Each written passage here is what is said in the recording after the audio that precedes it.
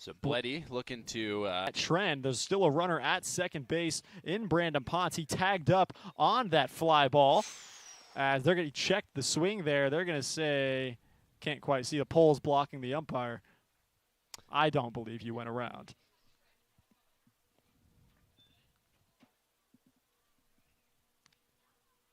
So 2-2 is the count now.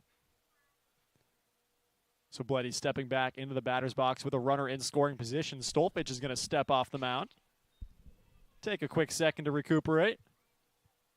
And back to toe in the rubber. Looking for his next pitch. We'll see what he's got from the arsenal that he's going to select here. Of course, the 2-2 count. It's going to be a pickoff over to second base. Ponce back there in time, though, getting a hand on the bag. Yeah, that would have been our first successful pickoff of the day, though unfortunately not going to go in the not necessarily going to go in the favor of Stolfich there. So still sitting here 2-2 for Bleddy. Pitch is outside. It's going to load this one full. Did a good job of holding back on that one. Now he's got an opportunity in the same spot, or excuse me, now he's got an opportunity here to potentially pull a walk with the bases loaded, something that we've seen a couple of times today, though not for the Wildcats, but rather against. Full count, payoff pitch. It's going to be hit third base side. It's going to be just foul. Hot corner tried real hard to get the glove to it there, though unfortunately that one out of bounds, and he wasn't going to get much out of it one way or another. So we'll stay here in a 3-2 count. One out on the board. We'll see Logan Blank following Max Bleddy. Infield still shifted over to the shortstop side as that one's going to be outside for a ball for take your base, Max Bleddy. So just like that, Bleddy gets his way on base. Now runners on first and second. Only one out recorded so far on the innings. Still, as now Blank is going to step up with an opportunity to bring in at least one. Wildcats find themselves trailing 2-0 with the go-ahead run at the plate in Logan Blank. It looks like right now Stolfich and Bell are going to have a discussion on the mound. While they have the discussion, we'll go and be back in just a moment.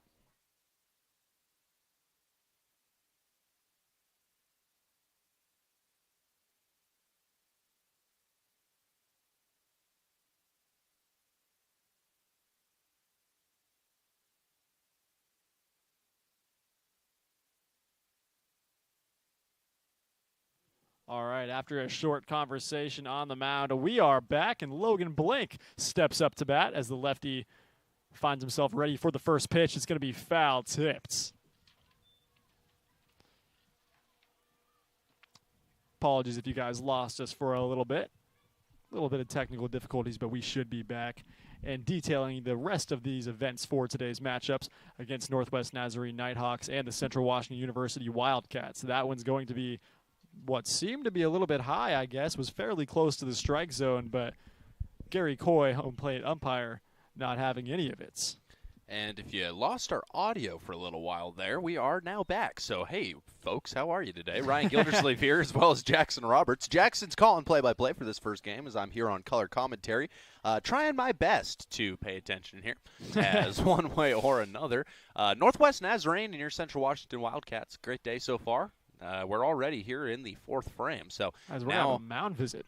And it looks like, Jackson, we might just have another opportunity here to talk it over before we come back. We'll do that and be back here in just a moment here on the CW Athletics live stream.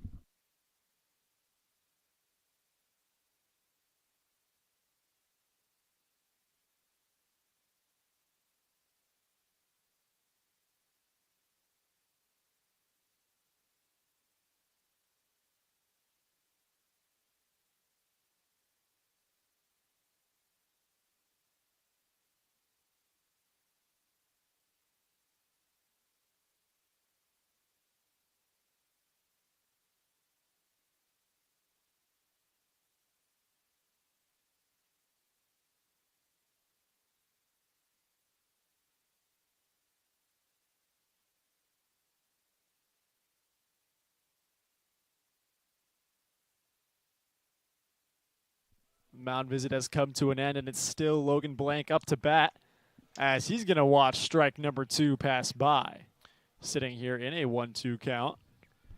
Yeah, runners on first and second. If you are just joining us, 2 runs have come across the score for the Nighthawks, and we're sitting here in the bottom of the 4th.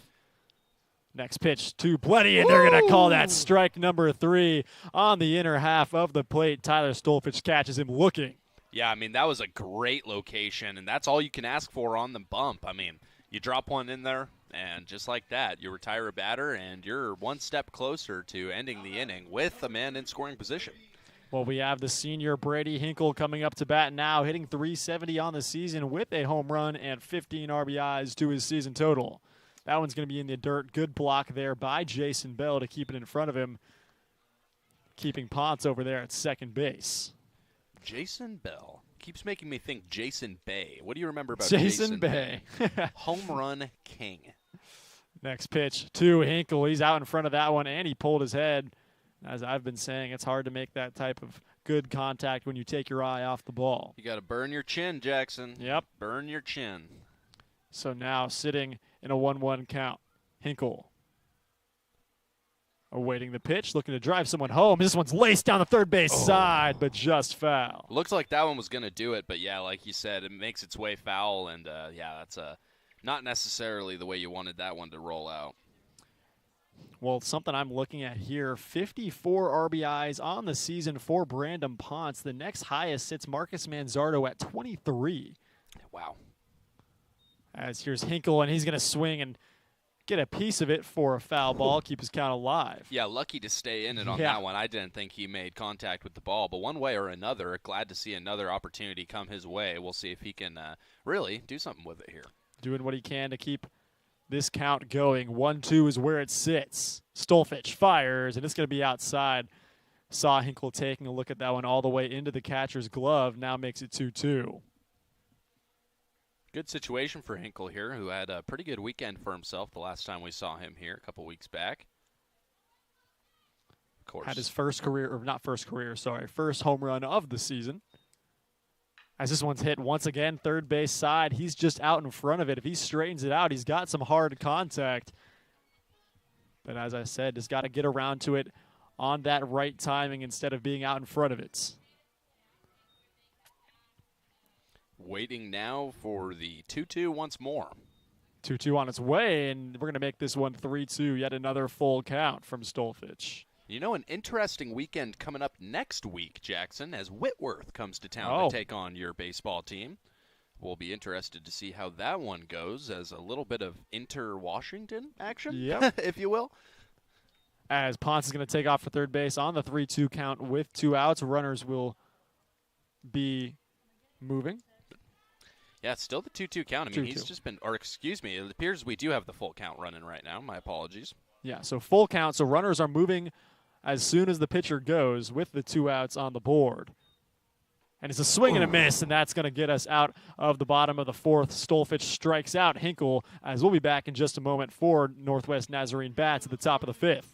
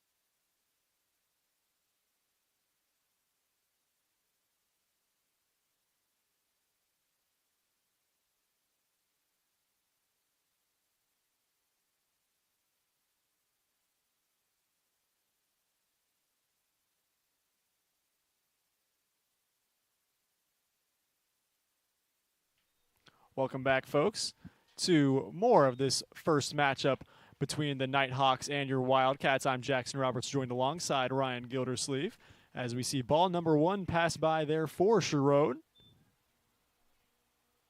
So 1-0 count as the next pitch is on its way. Back-to-back fastballs, just couldn't quite find the location there, as it's going to be 2-0.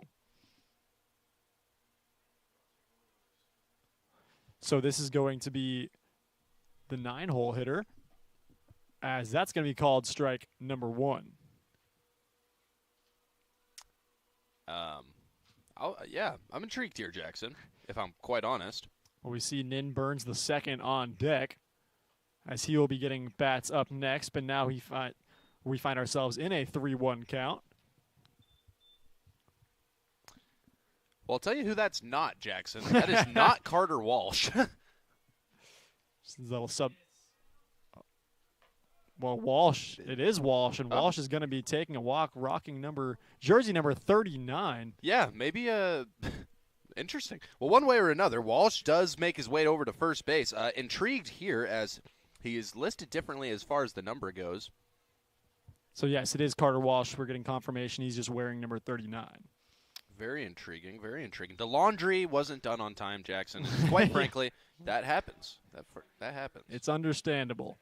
So it's going to be Walsh finding himself over at first base via the walk there. Yeah, and that's just about what you want to see if you're a hitter starting off an inning. I mean, you don't have to do anything. No. You're getting over to first base. You're basically taking a vacation out here. You're seeing Cabo beaches at the plate. As now it's Burns the second up to bat. His last time up, Burns, he had a bit of a line out. He's going to hit this one softly over to Brandon Ponce. He's going to backhand it over to second base, and he's going to get the lead runner in time. But it's going to be a fielder's choice there for Burns the second. Well, and let me tell you, Jackson, that was a very interesting play that we saw there because really Carter Walsh had an opportunity to get in there safe at second, but he pulled his foot up and it came off of the bag. If it wasn't for that, he was safe at second. Yeah, interesting decision there by Ponce. I get trying to get the lead runner, but the main priority is getting that out. As now we're going to be over to Brian Rojas. So, yeah, 1-out opportunity for Daniel Sharon. Throw a ground ball pitch right here, and he can get out of here with a double play. We saw a lot of double plays in our last series we got a call for this baseball team. As this one's drilled left center. That one's going back and chasing after it is Bleddy. That one's at the wall. It's going to bounce off the wall as Burns is rounding 3, heading home. Standing up at second base for the stand-up double RBI is Brian Rojas as he makes this a 3-0 game. Yeah, Rojas really broke it open there, Jackson. Yeah. That's another run on the board for the Nighthawks, and the Wildcats looking a little bit shakier here. Though I will say, I mean, it's not like it's been a bad day for either of these two teams. Obviously, you can see why for the Nighthawks. But Daniel Sharon throwing a great game. He's just getting taken advantage of on a couple of these pitches, and it's always the ones that you don't want him to hit. And now we get to Caleb Karpstein, the lefty batter. That was the second RBI base hit for Rojas on the day, too. That one's going to be inside for Karpstein 1-0, but quite a day Rojas is off to so far. Still another game that he's going to be able to play next if he's in the lineup, but you got to imagine with his level of productivity, he is going to be in that same spot. Here comes the next pitch. Sharon's taking a look over at second base. Rojas playing some mind games with him, but that's going to be foul tipped there by Karpstein. So with 1 out and a runner in scoring position, Sharon doing what he can to make the best out of this inning. Already allowed 1, but trying to end it there. Strikeout here would be huge. Sits in a 1-1 counts. That one's just going to be way outside that time. Couldn't quite find it towards the strike zone. Make it 2-1 to Karpstein.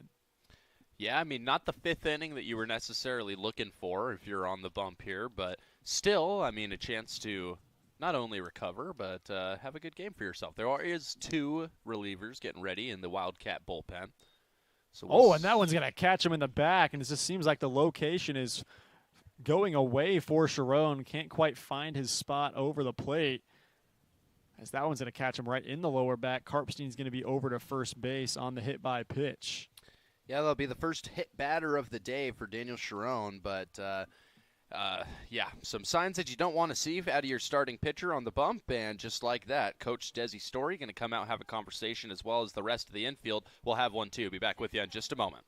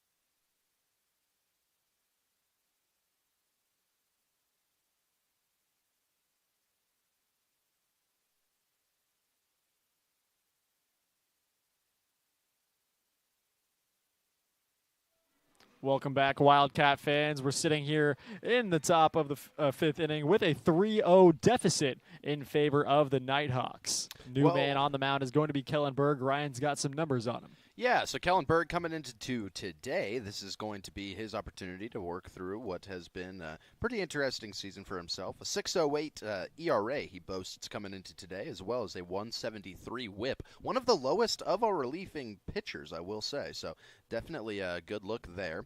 Not only that, but Berg on the season so far, he's pitched to the tune of 23.2 innings in that time.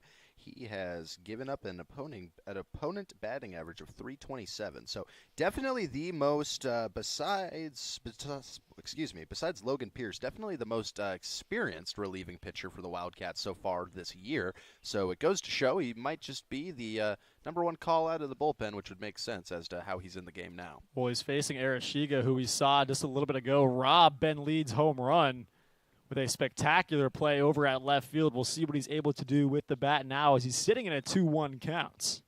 2-1 count to start off the top of the sixth inning, ladies and gentlemen. We have already made it this far into it. Thank you for choosing us as your broadcast partners today. Ryan Gildersleeve and Jackson Roberts here with you. So runners at first and second, runner in scoring position. We just saw them take off for a possible stolen bag until Arashiga fouled it off, but that one's going to be low from Berg, making it a 3-1 count. Yeah, and so he's got himself in an intriguing situation to kick it off. Now, of course, as previously mentioned, he's got a chance to get out of this inning pretty easily if he can drop a ground ball pitch in there. And yeah, that's exactly what we were looking for from Sharon, but he's lost a little bit of his location. This one's hit ground ball, but middle, and that's going to score one.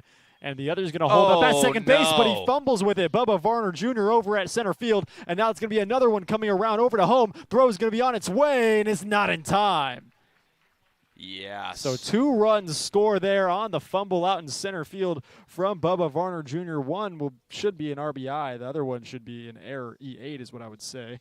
Well, it'll be 2 earned runs against Sharon, yep, one way or another, as those 2 batters were put on base by the previous starter, one way or another. Yeah, that's 2 more runs on the board for the Nighthawks, and that is a costly error to make in center field. Well, and now Arachiga sits over at third base as well. Still only 1 out, and a sac fly opportunity here for Enriquez. He watched strike number 1 pass by there. And my apologies, folks. I don't know why I said we were in the top of the 6th inning. That is absolutely not true. Top of the 5th. Yeah, Yep. I was definitely thinking with the change of the pitchers. As that one's a pop-up third base side, but it's going to be Birch chasing after it, getting underneath it, and almost he takes a jab at it in the air and is able to bring it down, but that's going to hold the runner over at third base. So the possible sac fly opportunity is not successful for the Nighthawks, but their lead still sits at 5-0. Well, let me tell you, Jackson, it's been an interesting bit of scoring. I don't even know how you want to say it. It's been an interesting way that the Nighthawks have spread out their scoring here. You got 3 runs that have been scored by Arachiga and 2 runs that have been scored by Rojas. So there's all 5 of your runs accounted for today for the Nighthawks. As that one's going to be called strike number 1 to Cole Calnan. Senior hitting .310, but yeah, it is interesting to see where all of these runs are coming from for the Nighthawks. Arachiga having himself quite a day, and so is Rojas. That one's going to be outside. Call it ball number 1. Interested to see if we can get the first Berg strikeout of the day here. As you said, searching for his first, hasn't walked anyone yet, but did allow that hit, as that one's going to be foul ball there. Brings us 1-2. Berg, the righty on the mound. Back-to-back righties that the Nighthawks will be facing from the rubber. Calnan 0 for 2 on the day so far. He struck out in his first appearance, and last time up, he lined out. So here comes the 1-2. On its way from the Berg, as that one's popped up. So from the Berg, as it's looking like it's going to be out of the field of play. Andrew Sharp tried to take a look out of it, but he would have had to go out of the field of play to get that one.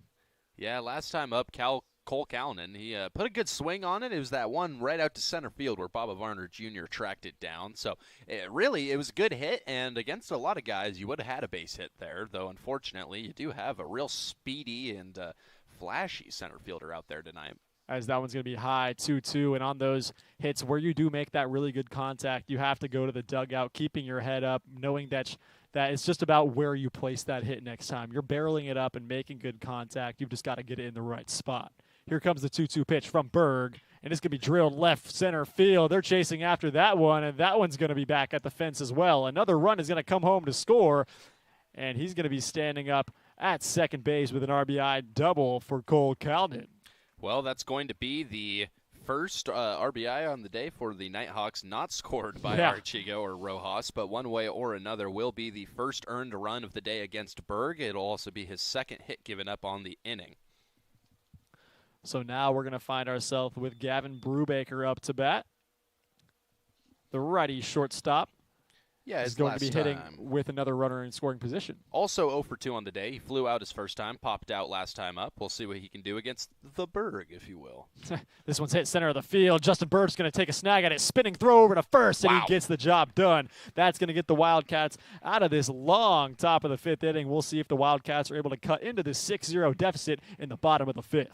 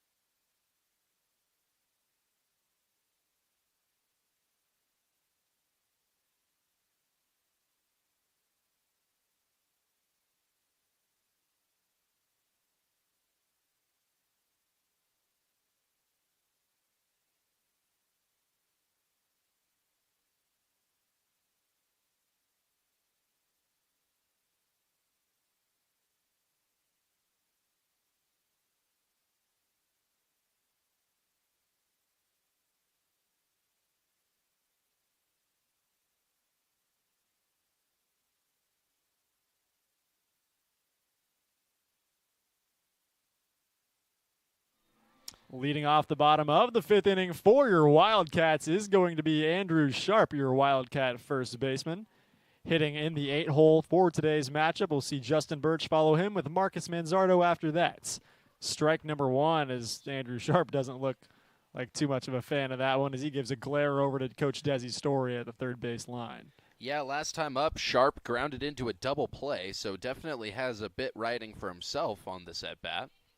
As this one's going to be low, lays off that one in the dirt. Good block there by Bell.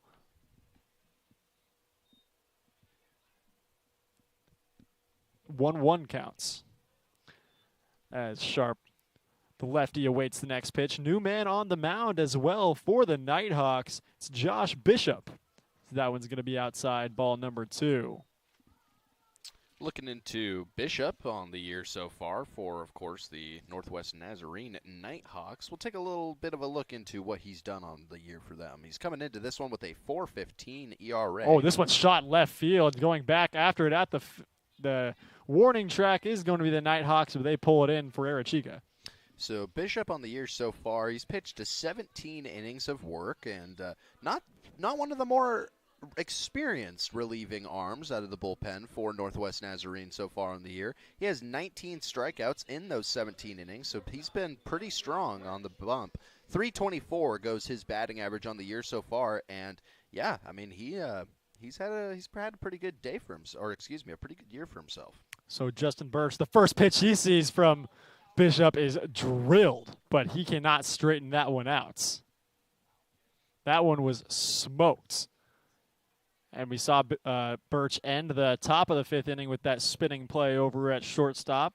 See if he's able to carry a little bit of that play over to the bats. If you remember, Jackson, what was that first firework that was set off in our last series with the baseball team? It was a home run coming off the bat of Birch. So we'll see if he's able to recreate that moment here. Yeah, I got a chance to watch Birch play a ton of ball over the summer for his summer league team that he played for and I called for. So it was good getting to know him then as he's going to watch ball number 2 come in. And so excited to see him take his talents here to Central Washington University. Really good fielder. Sometimes does have a little bit of those mishaps that we saw in that last series against the Saints.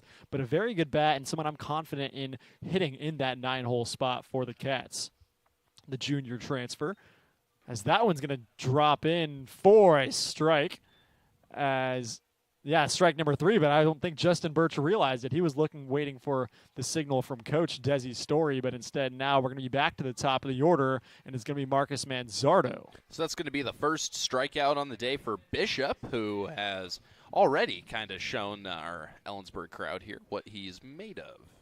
Yeah, and he was the newcomer of the year for the GNAC last season, making a name for himself in that leadoff spot for the Cats. This one's popped up third base side. They're going to chase after it. Who's going to get there? It's going to be the left fielder, Arechiga, as that is going to lay down the Wildcats 3 up, 3 down yet again, as we'll be back for in just a moment for the top of the 6th.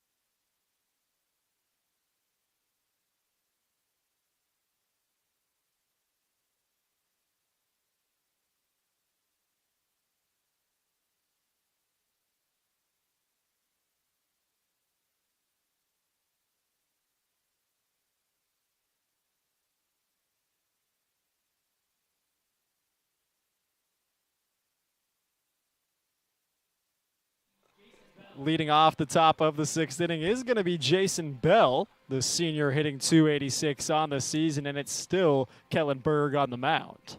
And now we're in the top of the 6th, there ladies and gentlemen. We finally made it. Isn't that something?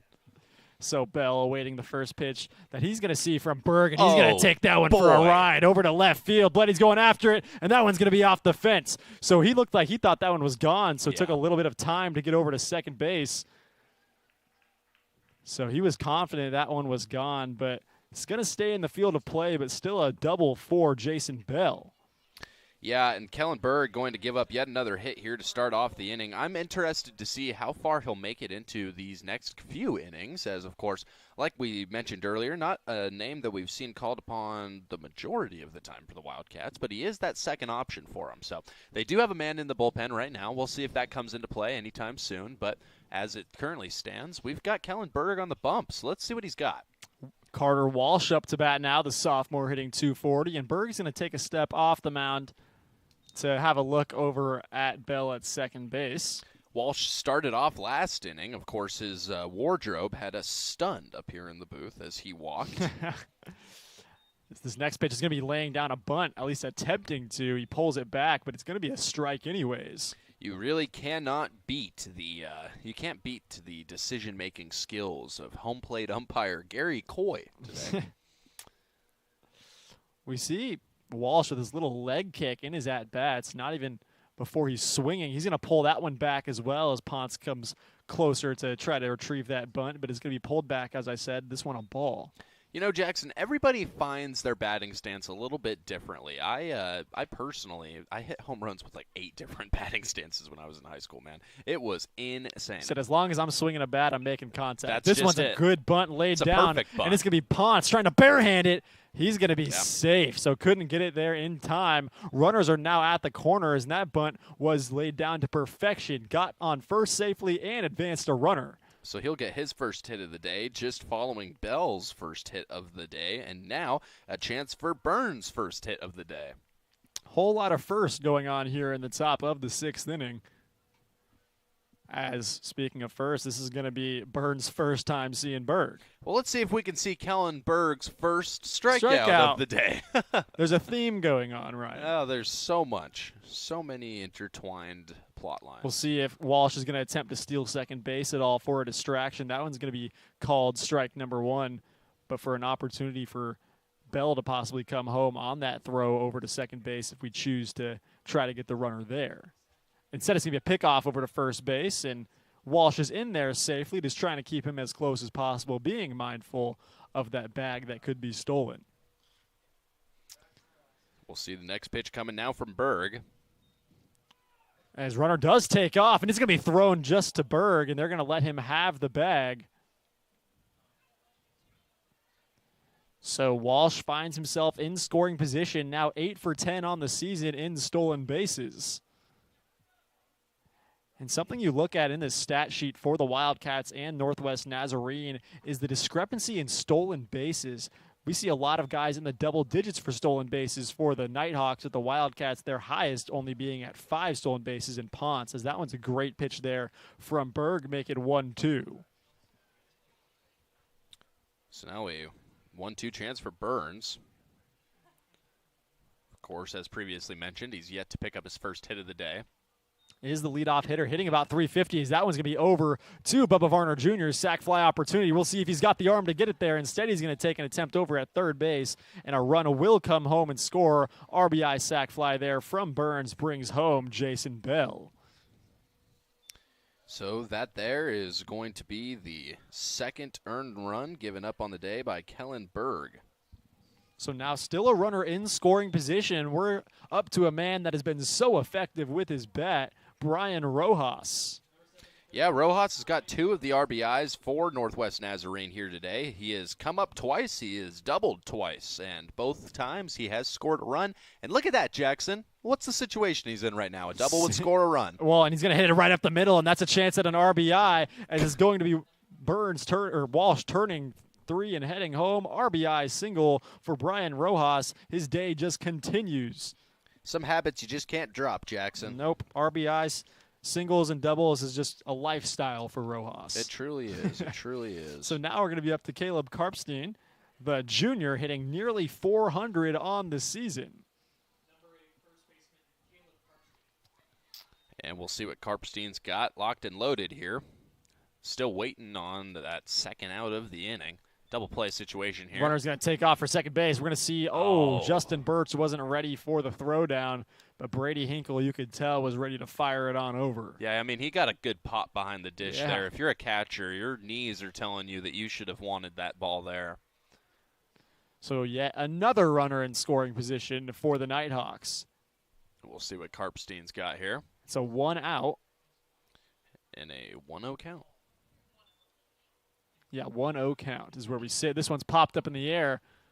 Who's going to get underneath this one? It looks like Ponce is going to be there. He's fighting the sun, and he can't get it.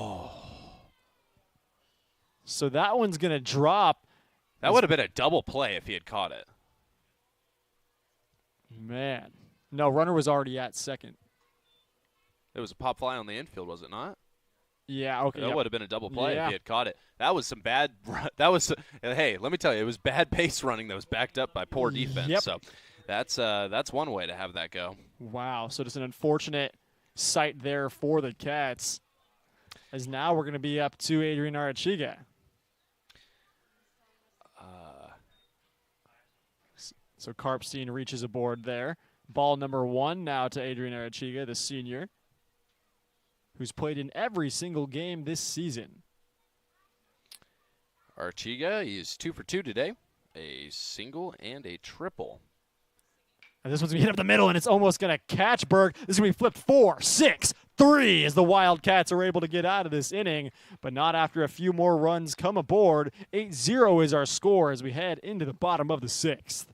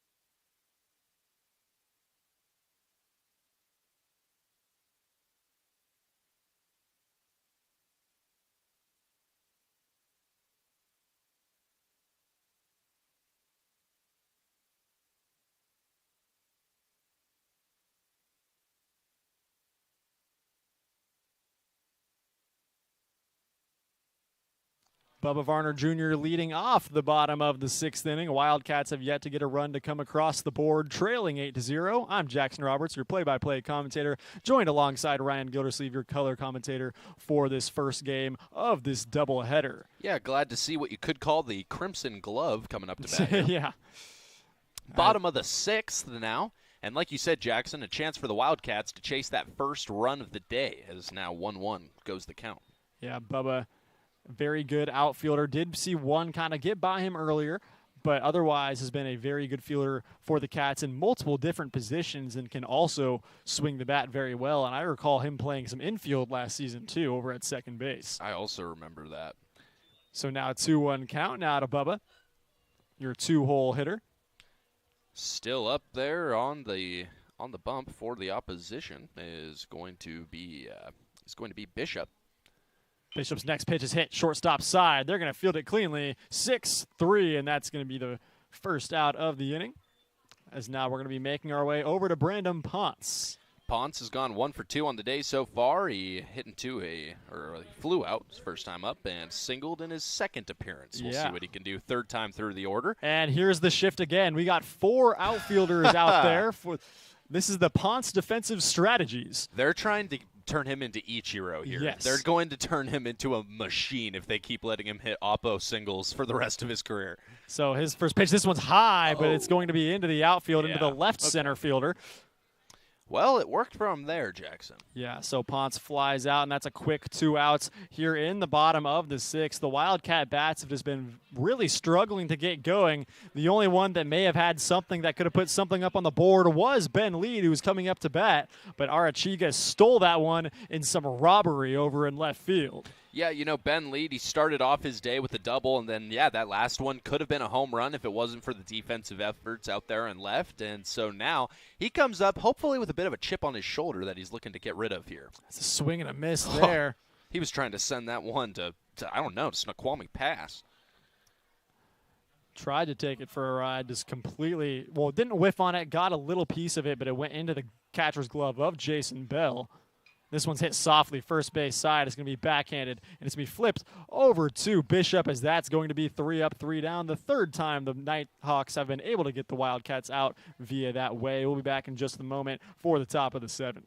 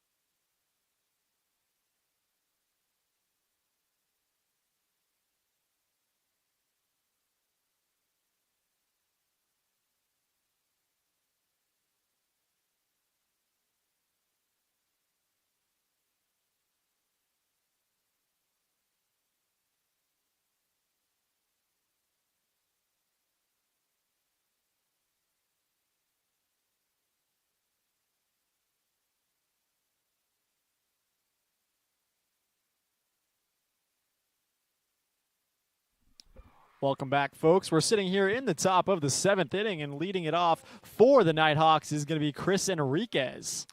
Yeah, he put some good swings into the ball earlier in the game. We'll see what he's able to do here. Looking to get his first base hit of the day, though his second time up back in that third frame. We did see a pretty strong line out. So we'll see what he's got here as he's going to go ahead and watch the first pitch for a ball. 2-0 count now. Second pitch for a ball. So Enriquez, the lefty, waiting the pitch from Berg. This one, we would imagine, is going to be down the middle, and that it was, but he's going to chop it foul. Berg went attacking the strike zone that time, but Enriquez not able to do anything with it. On deck, we see Cole Calnan, who put a good drive into one last at-bat. So here comes the 2-1. It's going to be low and in the dirt. 3-1 count now to the DH of the Nighthawks. Yeah, and we'll see what Enriquez has got here. I mean, he's taking strong swings every time the ball comes his way. So put the drive into one of these, and it might just be floating over the wall out there and right. We're going to have ourselves a full count as he tips that one foul back over to the batter's circle, on deck circle. 3-2 is the counts. Payoff pitch coming in just a moment here from Berg. Kellen Berg fires home, and it's going to be inside. Ball number 4. Great vision there from Enriquez, the senior. That is his 15th walk he has accumulated on the season, and now we're going to have a mound visit from Coach Story. We'll be back in just a moment while they have this discussion.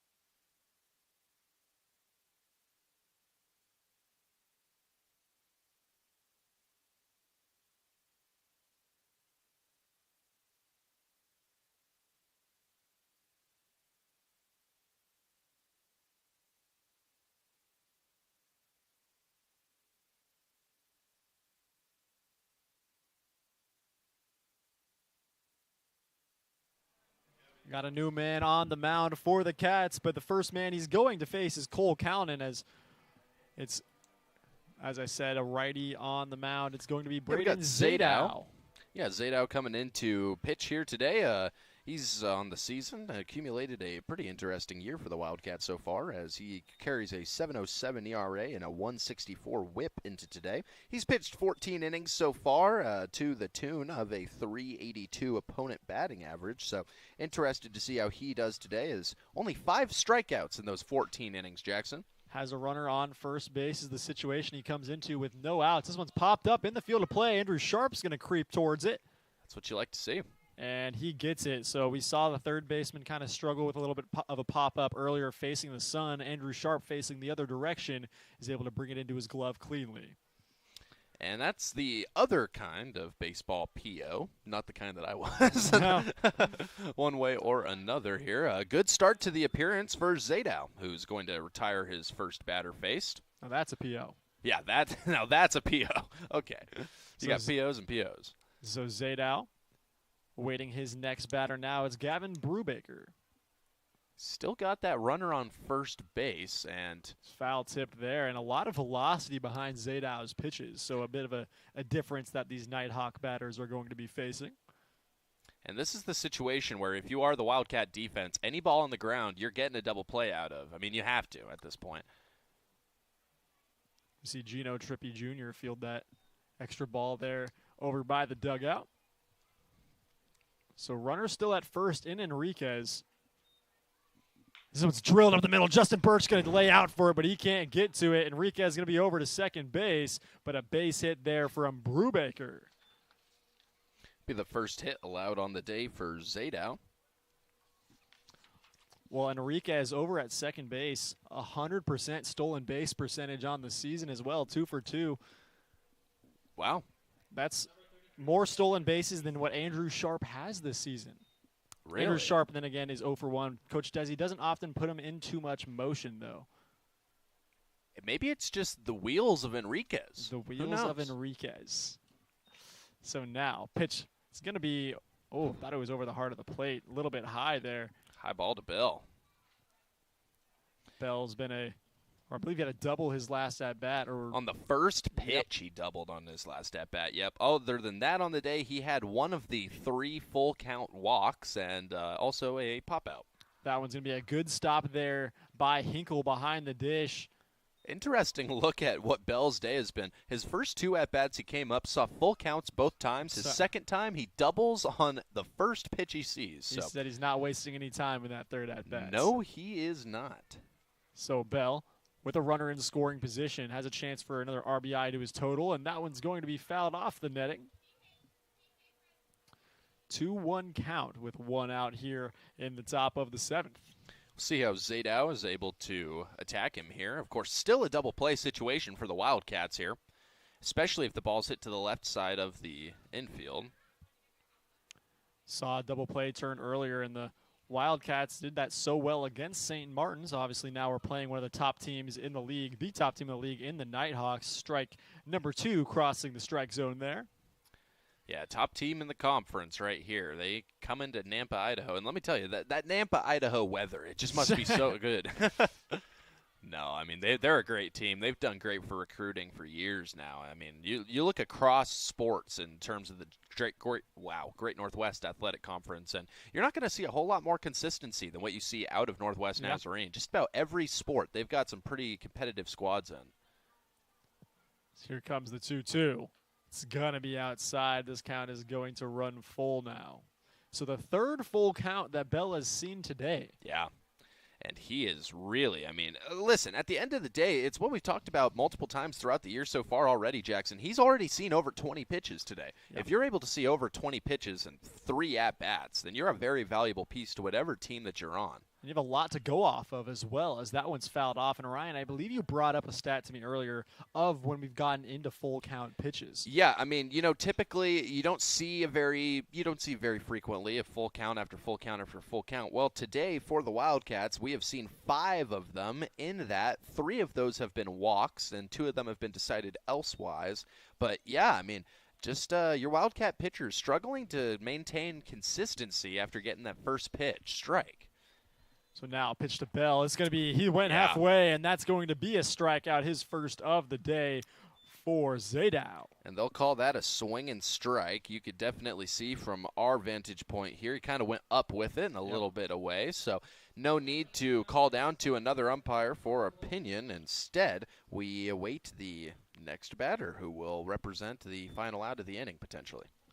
Carter Walsh will be that batter, the sophomore hitting .240 on the season with 12 RBIs. Oh my, that leg kick. I see what you're talking about now, Jackson. Does it a couple times. Yeah. But not really on his, well, he does do it on a swing there, as that one's going to be fouled off third base side. Ponce looks at it, but quickly lets it go foul. Well, you know what's unique about it is not necessarily the way that he kind of, he's always popping towards the pitcher, but it's the fact that he steps into the plate and he hits one real big step. Yep. It's very interesting. That right there. So I'm interested to see. I'm interested to see what. I'd love to interview him. See what that's all about. 0-1 count. He takes a drive on that one, but it's going to be foul. Yeah, he sparked that one out into left field. If that one had made its way into fair territory, I would not would have. Back-to-back pitches where he's just way ahead on the pitch as well. So we know Zadow does have that velocity, and that's something he was probably banking on seeing in these two pitches, but catches the off-speed. So now sits in an 0-2 count. Zadow with an opportunity for back-to-back strikeouts. And that one's going to be low and outside. Make it a 1-2 count now. Gary Coy calling that one low. First base umpire is Mark Hevey, and third base umpire Todd Ellis. So now Zadow still searching for that second strikeout. Whoa, inside and high, almost catches Walsh. That's going to make it 2-2 now, and an opportunity for Walsh, if he's able to see his pitches well here, to force the 6th full count of the day. And if he reaches a board safely, too, that brings up the top of the order. It's going to be Nin Burns, the second, with another opportunity to bat with his .350 average. And that one is going to be outside. So it started an 0-2 count. We quickly find in a full count. So back-to-back full counts. Yeah, back-to-back full counts here, and really, I mean, if Northwest Nazarene came out of the dugout coming into this inning saying to themselves, hey, let's see as many pitches as possible, get deeper into that bullpen, and get a couple of runs while we're at it, they might have predicted this one pretty dang well. Payoff pitch is going to be fouled off. Looked like it was almost off the foot of Walsh, but both runners will be moving as well as soon as that leg kick is ready from Zadow. So we'll now await the 7th pitch of the AB so far. And that's what NNU has been doing such a good job of running up these pitch counts and seeing a lot of pitches to know what could possibly come next. And they find themselves in another opportunity for that. Payoff pitch once again, and it's fouled off once again. We'll sit here in 3-2. And correction, Jackson, now as we await the 8th pitch of the at-bat. Walsh, he's doing the big kick until the pitcher is set, in which case he moves over, which is interesting. A lot of guys, what you'll see is you'll see a bat flick or you will see a step of some sort until the pitcher comes set, in which case they'll hit a more solidified stance. But not what you see here. I mean, it's kind of going from all the way to the right on the spectrum to just a little bit closer to center here. Payoff once again. Fly ball over to Bubba Varner Jr. He smoked that. Yep. Little switcheroo out in the outfield there as he switches his footing, but that's going to get us out of the top of the 7th. Wildcat bats will see if they can get their first run up on the board in the bottom of the 7th.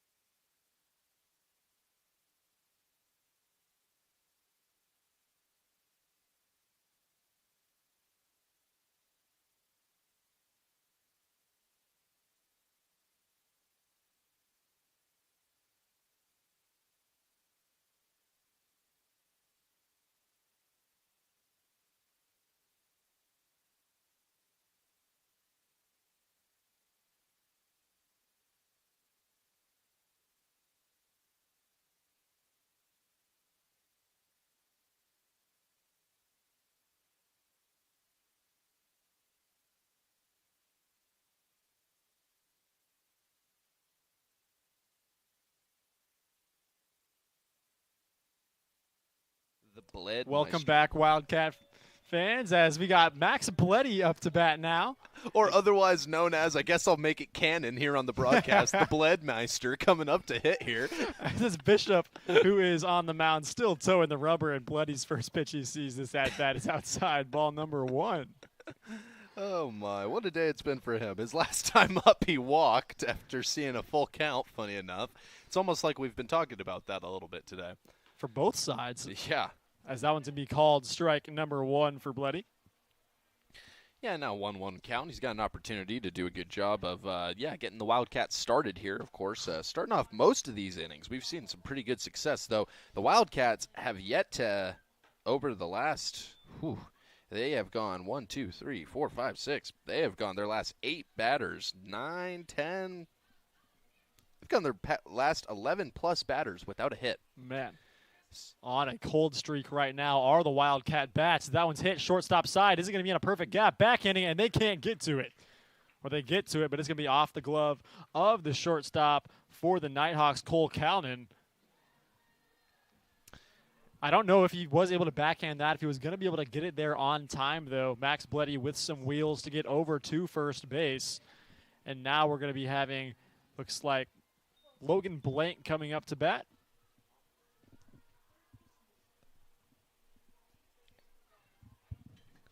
And we're wondering, would we call that an error or? I don't think it would be an error, only because so. I think he was going to be able to get there on time. As we see ball number 1 called there for Logan Blank. Yeah, even if he fielded that cleanly, the throw was not going to make it there on time. Bleddy with some magnificent wheels to get there on the hard 90. And, yeah, interested to see how Blank's going to do today. Went down with the backward strikeout his last time up, so hopefully he's got a bit better discipline with him here as he's going to watch a strike. So make that now a 1-2 count to Logan Blank. Not the spot you necessarily want to be in. He struck out on a 1-2 count his last time up. First time up today, he did single on an 0-1 count. As that one's going to be low, make it 2-2. Tie count for the man. We'll see how he's able to work with it. Blank on the season with 16 RBIs, still searching for that first bomb of the season if he can get it, but with 5 doubles in 113 at-bats, hitting .283 as that one's fouled off, keeps the count at 2-2. Intrigued as to how the Wildcats are going to have to work their way back into this one. Of course, trailing by half a double digits. Yeah. I was going to say half a dozen, but that's not even true. No, as that one's going to be in the dirt. Good block there by Jason Bell to keep Bleddy over there at first base. It's now full count for Blank, as if he walks, Jackson, I don't know what I'm going to think. That'd be number 6 or 7, I believe. So payoff pitch is going to be fouled off. Throws it right over the heart of the plate, but Blank can't quite make solid contact with it. We see a couple arms warming up in the pen for NNU. As well as one arm warming up in the bullpen for your Wildcats. Zadow is the man who has been towing the rubber as of recent for the Cats. And that one's going to be inside, and a good take there by Blank. Almost had that. Could have been a backwards K, but just inside out of the strike zone. And a good call there from Gary Coy as well. So now up comes Hinkle on the day so far. He's flew out as well as struck out in his last at-bat. Now his 3rd time through the order. Let's see what he can do with 2 men on and 1 man in scoring position. Still nobody out on the inning. Hinkle's going to watch ball number 1 pass by. 370 average on the season, and he's only played in 22 games compared to the total 36 we've played on the season. And now, of course, that catcher rotation definitely does come into play there a bit, as second pitch going to be taking first strike. Yeah, watches that one cross the outer edge of the zone. 1-1 is our count. Still nobody outs.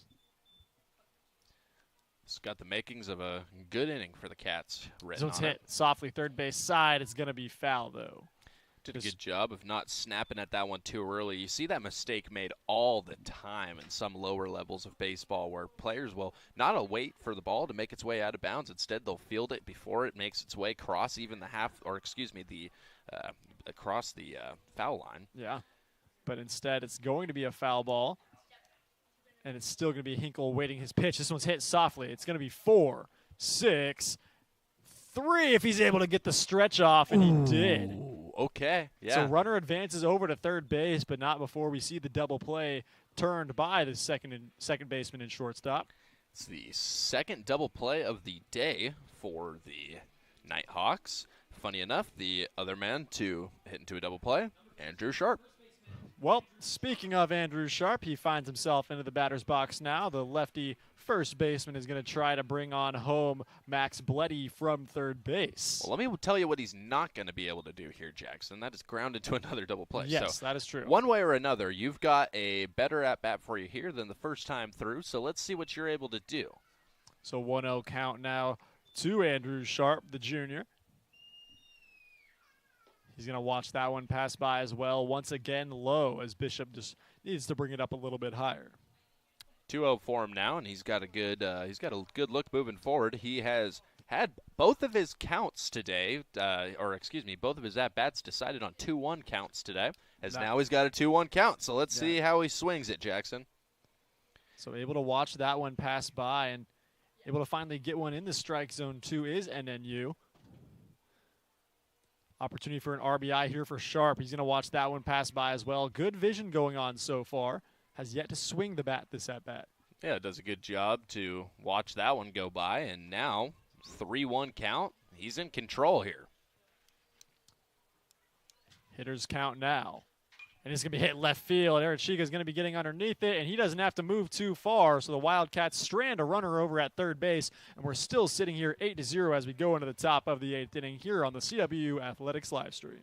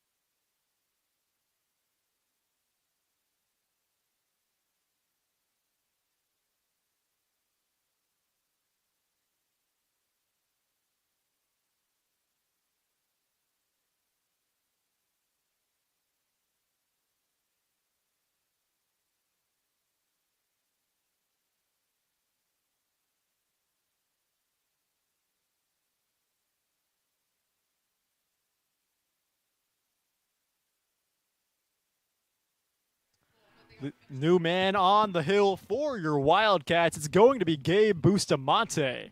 His first batter he's going to face is going to be the top of the order in Nin Burns the second. Busta's first pitch is going to be low for ball number 1. Well, let's look a little bit into how Gabe Bustamante has been on the year so far for your Wildcats. Very quick turnaround, as that one's going to be smoked foul. Yeah, that one was definitely found there at the plate. Well, coming into today, Gabe Bustamante is exactly 6 ERA, a 2.11 WHIP for him on the year so far, and only 9 innings of work. In that time, he has struck out 7, he struck out 6, walked 7, and allowed 6 earned runs. To that time, he has pitched to a excuse me. He has pitched to a .333 batting average, so exactly a third of the batters that he has faced have gotten hits, as this will not be one of them. Yep, skied high into the air. Justin Birch able to get underneath that one. He's had a couple of those today and does so well there. So first out on the board this inning. Gabe Bustamante pitching to some high contact there. Yeah, I mean, you like to see a pop out in your first AB, or I guess the first AB that you're pitching, one way or another. I mean, I feel like Bustamante here, if he's able to eat these last couple innings for the Wildcats, then I think he's going to be exactly where he wants to be, Jackson. Strike number one called there to Brian Rojas. We'll see if a third or fourth pitcher now will maybe change a little bit for him, as he has been having a stellar day. Yeah, two doubles. That one is blasted over to right field. Is it going to be? Yep, he's able to get underneath it, but it was sky high over there to right center field, but Blank's able to make his way over to it. So give Rojas two doubles, a single, and a fly out on the day, as that's a perfect second batter for Bustamante. That's what you like to see. So Busta now is going to be facing Caleb Karpstein, the junior, hitting nearly 400 on the season with 21 RBIs. Apologies. This one's hit foul. Went down and really dug that one out. If you are just now joining us, I'm Jackson Roberts, joined alongside Ryan Gildersleeve here for the top of this 8th inning. Score is 8-0 with a Wildcats trail. This one's drilled right center gap. Blank's going to be trying to make his way over to it, and back-to-back flyouts over to Logan Blank is going to get us to the bottom of the 8th inning with the Wildcats searching for their first runs of the day.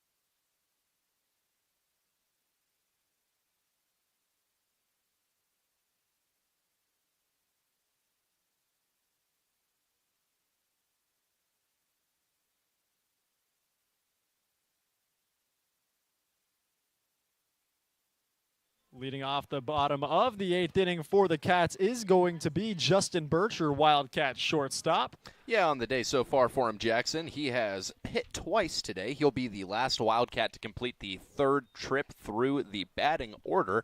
He popped out in his first at-bat, watched a strikeout in his second, and now he's back with vengeance, if you will, as he looks to get something going here in his final AB of the day. Had one that he pulled earlier, as this one's a high fly ball left center field. That one is going back over to the warning track, and that one is gone. Justin Birch with a solo shot to start us off here in the bottom of the 8th inning. That's going to be the Wildcats' first runs on the board today. Yeah, the first run of the day comes from Justin Birch, and what a hit it is. He sent that one out to left field, and, you know, it took me a second. I didn't necessarily see it flying that way until I saw both of the outfielders looking at that ball, and you could definitely feel their disappointment. It didn't seem like it was gone until you saw the numbers on the backs of their jerseys, but a heck of a job there to put some power behind that one. I was just talking about his last at bat. He turned on one but couldn't straighten it out for a homer. That time he makes the proper adjustments and gives the Wildcats their first run of the day. And, you know, he has found himself in some interesting situations with the two homers that he has hit this last couple of weeks, I believe this year, As, yeah, I mean, Justin Birch, that's his second homer of the year, the second one that we've had the privilege of calling for you all. As this one's drilled right center, as that one's going to drop for Marcus Manzardo. So Manzardo's going to reach base as well. This is a good start to the 8th. Wildcats doing what they can to chip into that lead now. Still another opportunity in the 9th as well for them, but doing what they can to trim that lead as short as possible here in the bottom of the 8th inning as Bubba Varner Jr. is coming up to bat now. As we're going to have a mound visit from NNU, and while they have a chat on the mound, we'll have one too. We'll be back in just a moment here on the CW Athletics live stream.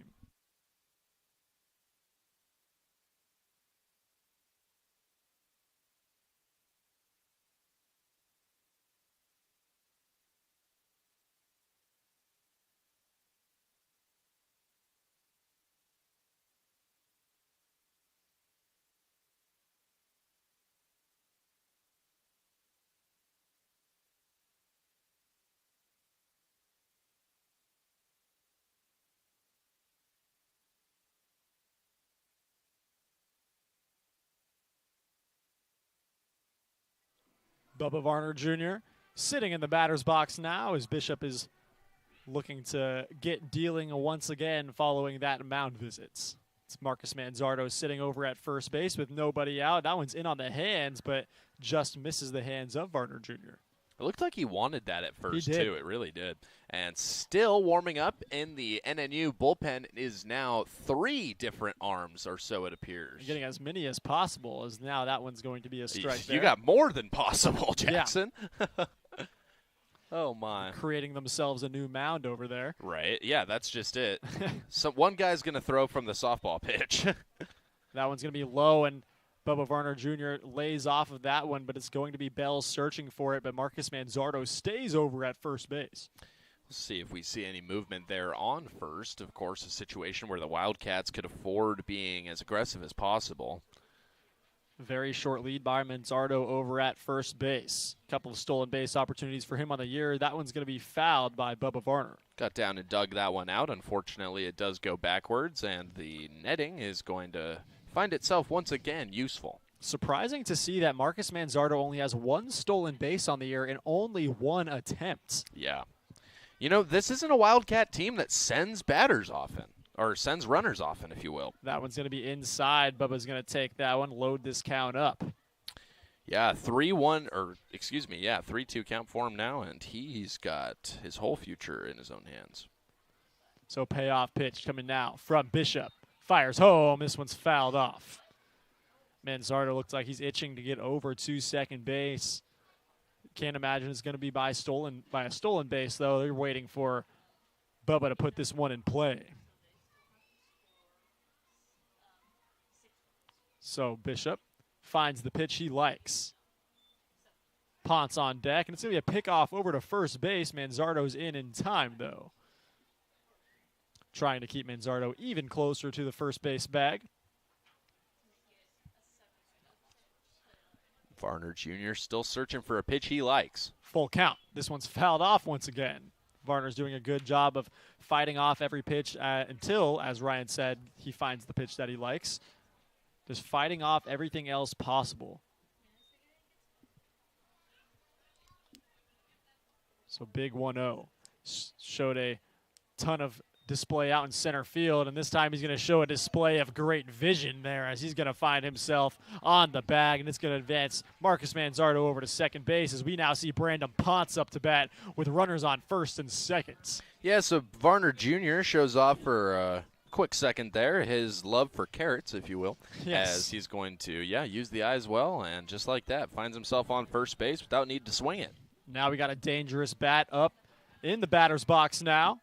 Oh, no, but they're going to make a business decision here and likely pull Bishop and get a new man on the mound to face Brandon Ponce. We'll be back in just a moment here on the CW Athletics live stream.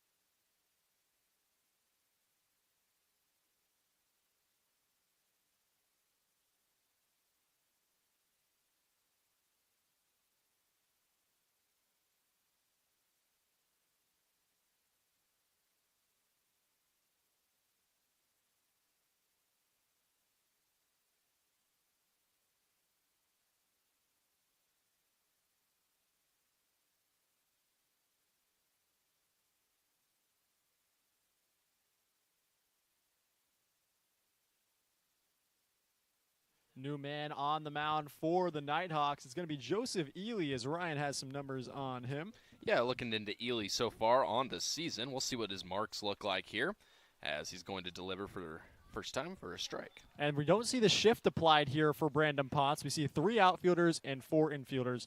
So just a typical, lame thing. Oh, we've got a quick message over to the dugout of the Wildcats as Gary Coy is making his way over to that dugout. Somebody told a really good joke, and now HR wants to hear it. Todd Ellis is over there as well. Yeah, that's interesting. Looked like they were issuing a warning there. Somebody's trash talk reached a generational level, and they had to stop that before it got too fun. Yeah, he quickly pulled up and popped the mask off. Yeah, Joseph Ely so far on the year, 3.37 ERA for him, a $1.22 on the whip, so just about as good as any reliever we've seen here in Ellensburg. 10-2 innings pitched so far on the year, and in that time he has struck out 11. As that one's going to be a wild pitch there, and it's going to be an advance on the base paths for 2 Wildcats. Manzardo over to third. As Varner moves his way up to second, and now Ponce is looking at an open first base. So, still nobody out in this inning. If you're just now joining us here for the bottom of the 8th, we had that solo home run by the 9-hole hitter Justin Birch, really making his presence known in that 9 spot. But now 2 runners in scoring position for one of the most dangerous batters in the GNAC. Swing and a miss on the high fastball there. He went chasing after that one. Yeah, he was sending that one to Issaquah. That was hitting off the Motel 6 if he took contact with it. 1-2 count. Ponce in danger of a strikeout now, being behind in the count, but does so good at just making any type of contact. 1-2, and he's going to swing and a miss on a nasty pitch there from Ely. Not a lot of times do you see Brandon Ponce go down to the strikeout. On the year so far, he has only seen that fate 24 times. So Ben Lead coming up to bat now. Still 2 runners in scoring position for Lead. As we said earlier, he had a shot over to left field, which was over the fence, but brought back by Achiga. As that one's going to be in for ball number 1. A little bit high there on that pitch. Still other arms warming up in the bullpen. Looks like just in case of some drastic measures here from Ely, as that one's going to be outside. Ely with a lot of velocity behind his pitches there as well. We saw him already kind of have one wild pitch that allowed runners to advance. See if that's going to be a theme. Ben Lead on the day, a double and 2 outs. So 1 for 3 as he comes up for this 4th chance, as he's going to watch another one right inside. Yeah, right. About at chest level, but inside of the strike zone. So now we sit here at a 3-0 counts. So likely not swinging at this one. An opportunity to load up the bases for Bleddy. As no, they're going to call it a strike. That one looked low, and now the walk of shame back to his bat there as he tossed that one all the way over to the dugouts. Yeah, and I'm telling you right now, that umpire called that for a reason. You could see the conversation happening between him and Lead. He does not want assumption on his calls, even when it might have been a little bit off the plate. So 3-1 count, favorable hitters count, and he's going to foul it off, and this count is now full. So what seemed like a walk for Ben Lead is now a full count, and his at-bat is in jeopardy. Hey, if there's one thing I've learned from this game, Jackson, it is not to mess with Gary Coy right there behind home plate. It looked like he was waiting for him to throw the bat to make that call. Well, and we saw the same thing before. I think that's a pretty universal thing. Oh, did he go around? They're going to say he did. So now another bat flip, but this one's going to be going back to the dugout along with Ben Lead. 2 bat flips on the strikeout. Yeah, that's one way to dig yourself into a hole with an umpire, let me tell you, Jackson. Yeah, and so now we're going to see Bleddy coming up to bat. Once again, still 2 runners in scoring position for the Cats, and we saw last inning the Wildcats left a runner stranded at third base. And now a chance if the NNU is able to get out of here, it would be the same, but with a runner on second as well. Bleddy up to bat now after he singled in his last time up. This one's hit right center gap. And that one's going to be chased over by, Burns is able to get to it. Heck of a play running that one down and getting it into the glove. Wildcats strand 2 on the base paths, but not before Justin Birch is able to send a solo shot over the left center wall. We'll be back in just a moment for the top of the 9th inning for the last chance bats for the Nighthawks.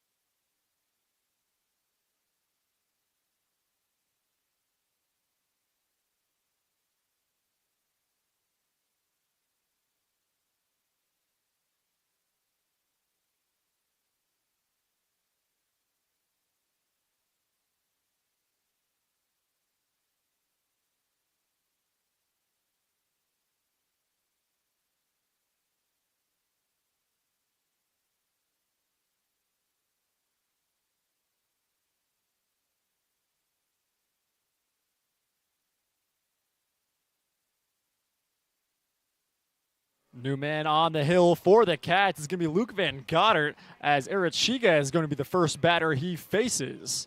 Yeah, he's going to face up off, he's going to come up after Bustamante, who of course gave the Wildcats 1 inning of no hit, no run, perfect game. So, yeah. I mean, hey, he's got 1/9 of the way there as Van Goddard takes the bump. He's the first southpaw we've seen on the mound today as well. So next pitch now coming from Van Goddard on the 0-1 count is going to be outside. Hinkle scoops that one out the dirt as well. Well, Jackson, let's talk a little bit about what we've seen from Van Goddard on the year so far as we take a look to the Wildcat pitching stats. 16.87 his ERA coming into today. A whip of 4.88 in his 2.2 innings of work that, have not necessarily gone his way. So he will look here to make those numbers a little more pretty as he takes on Northwest Nazarene for what should be their final opportunity to hit here today. At least in this game. At least, for this first game. So it's a 3-1 count now to Arachiga. Van Goddard, as I said, the southpaw. We have not seen much of this from the Wildcat pen. It's going to be outside, opening a walk for Arachiga. It will lead off this inning. So now we're going to be moving on to, this is not Chris Enriquez. This is it's going to be Casey Wayne who has come into bat. Casey Wayne, huh? Interesting. Wonder so if he's a righty as coming in for the lefty of Enriquez. And you have to wonder if he's related to Bruce. That's I was thinking it, Ryan. He is not Batman. So, next pitch, or first pitch to Wayne. First pitch he sees all day as well. He's going to take a cut at it, but can't quite make any contact. So comes in that 5-hole spot as well. Van Goddard. Yeah, he's definitely dropping himself into a strong position here. That's another big swing and strike for Wayne. Yeah, doing a good job of dropping that one into the strike zone, but Wayne not doing as good of a job of making that contact with it as well, not even able to foul it off. So here comes the 0-2 count. He comes in to replace Enriquez, who on the day for him, he had one of those full count walks. Not only that, but aside from that, all outs. So he went 0 for 3 on the day with a walk. He had some good contact that just couldn't find the grass out the outfield, but he's going to eventually see his day ending early, as that one's going to be a stolen base there by Arachiga. So a runner advances over into scoring position as Wayne has an RBI opportunity in his first at-bat he sees today. It's a 1-2 count, or 2-2 count. That one, never mind. Oh, wait, here we are. Van Goddard fires home, and that's going to be a strikeout for Van Goddard.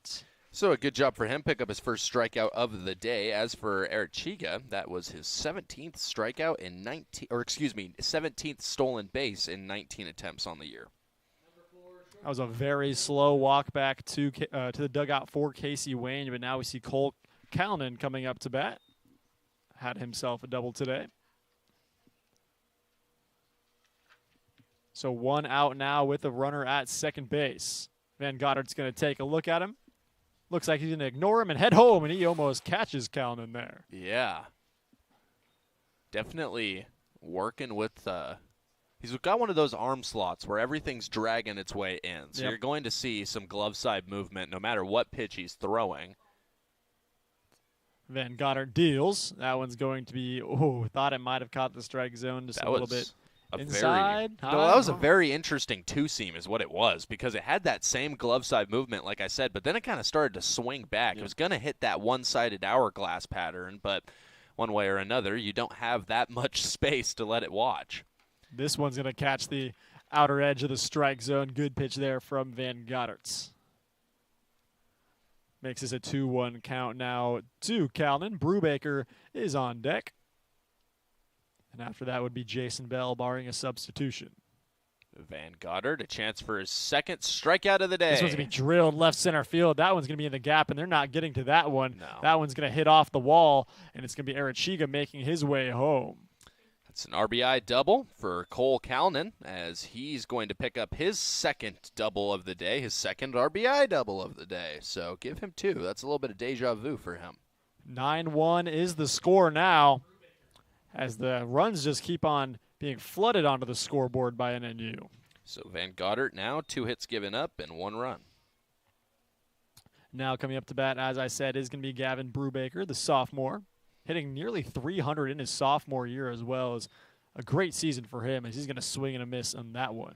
Yeah, I mean, he's taking big hacks, I'll tell you that much. Yep.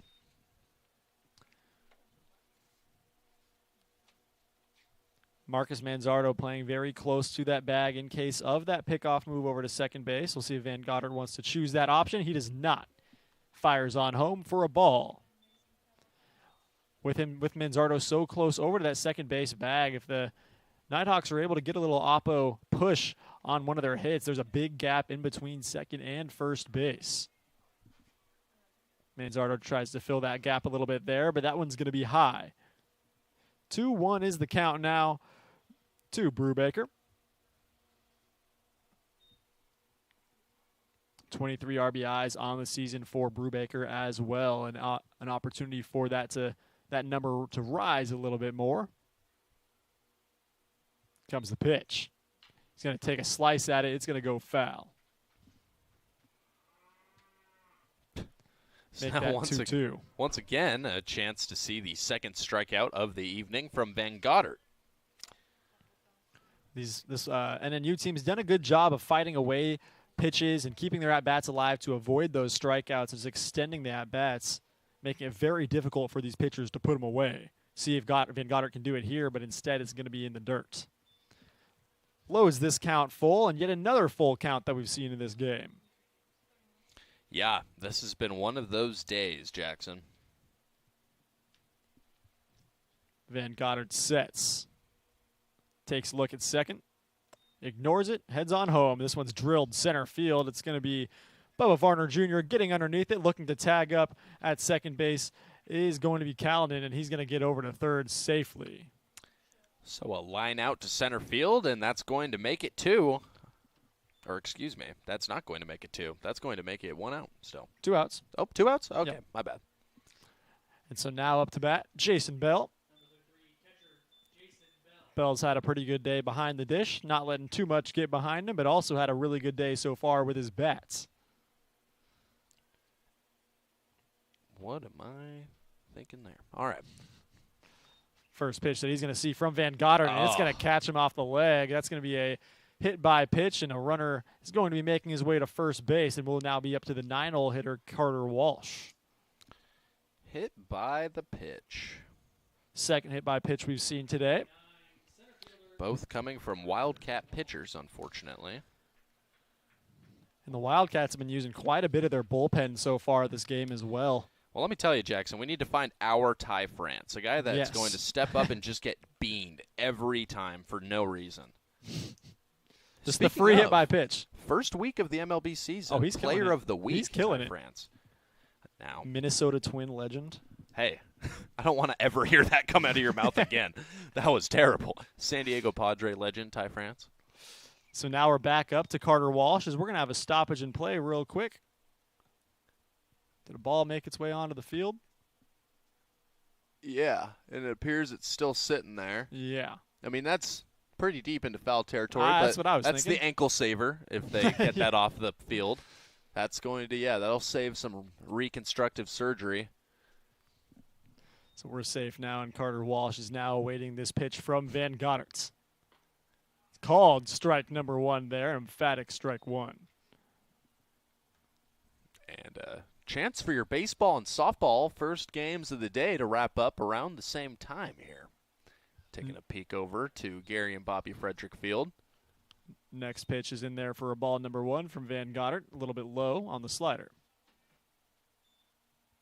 So runners sitting at the corners, 2 outs here in the top of the 9th. Wildcats looking to get into the bottom of the 9th where they can use their bats to try to trim this lead as close as possible.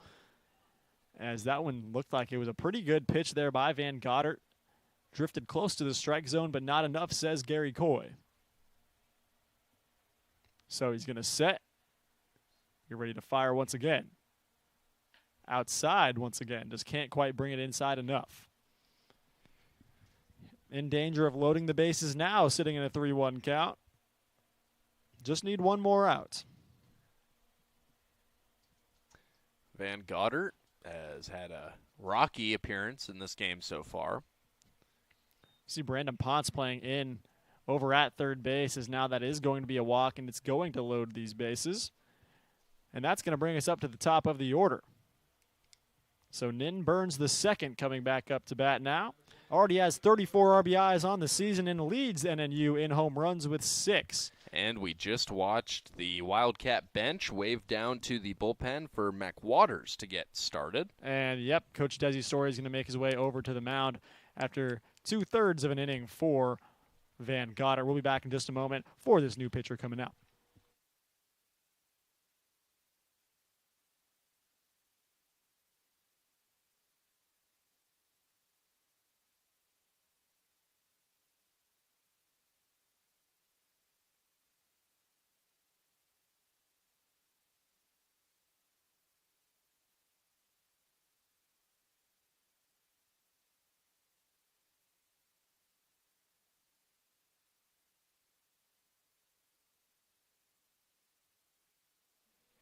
Von Goddard still staying out there on the mound. Apologies to the Von Goddard family as well, as we've been saying Van Goddard, but we were informed of that correction, and now Von Goddard stays out there, the southpaw, with the bases loaded, and it's Nin Burns the second up to bats. Yeah, back to the top of the order now. This one's foul tip, back to the netting. So it's 0-1 for Burns. Von Goddard, senior pitcher for the Cats, getting an opportunity to toe the rubber here in the ninth. Burns Jr. with a line out, a fielder's choice, and a sac fly on the day so far. That one's corralled behind home plate by Brady Hinkle. Looking to move his way up to 1-3 on the day here. We'll see what Von Goddard's got for him. Southpaw gets set. And that one's going to catch the bottom right side of the zone. Good pitch there by Von Goddard. All right, so now 1-2 count for him, and we'll see if he's able to set down Burns. Has gotten 2 outs this inning, started the 9th inning as well, in danger of possibly having a relief man coming up for him. Can't quite get the job done, but now it's a 2-2 count, trying to keep as little damage here as possible in the 9th. And I will say, right after we did see the sign to warm up get sent down to the bullpen, that, of course, with Desi Story coming up to the bump, did all dissipate. So no longer a man warming up for the Cats. So Von Goddard's going to pitch that one in the zone, but it's going to be sliced foul by Burns. Tough spot to be in now with the bases juiced, but did allow a couple walks to get to this point. Fires home. High pop-up. Is that one going to be able to get to by Andrew Sharp? He's trying, but it's going to be just too far. So once again, we'll see if Burns Jr. is able to handle the 2-2 pitch, or if Von Goddard is able to pick up what would be his second strikeout of the day. So 2 balls, 2 strikes, and 2 outs. Number 21, Burns, awaits this next pitch. Fires home, and it's fouled off once again. Burns doing a good job of keeping this at-bat alive. Just struggling to put away these batters are not just Von Goddard, but this whole entire Wildcat pitching staff this game. Yeah, I mean, it's been one of those, you know. It's been one of those grinding ones, as now we wait for yet another pitch coming from Von Goddard. What do you got? 2-2 on its way, and that one's going to be in the dirt. Great block there by Hinkle as it's spiked out in front of him. Find ourselves in another full count. Seen ourselves in this instance plenty of times today. It's been a matter of Wildcats just trying to paint the edges of the strike zone, but also great at-bats from these Nighthawk batters. Payoff pitch. Fouled off once again. Burns is not going anywhere. And Jackson, fun fact, this is the 9th full count of the day just for the Wildcats. Or So, I guess just for Northwest Nazarene yeah. batters, if that's the way you want to look at it. But one way or another, the 9th time that a Wildcat pitcher has pitched to a full count. Just really running up this pitch count for the Wildcat pitchers. Payoff pitch one more time, as that's going to be high, and he's going to walk home a run, double digits for the Nighthawks, as we're sitting now 10-1. And in the top of the 9th inning. Now we got someone warming up in the pen. As Coach Desi Story is going to have another mound visit with Von Goddard, and the Wildcats will be back in just a moment here on the CW Athletics live stream.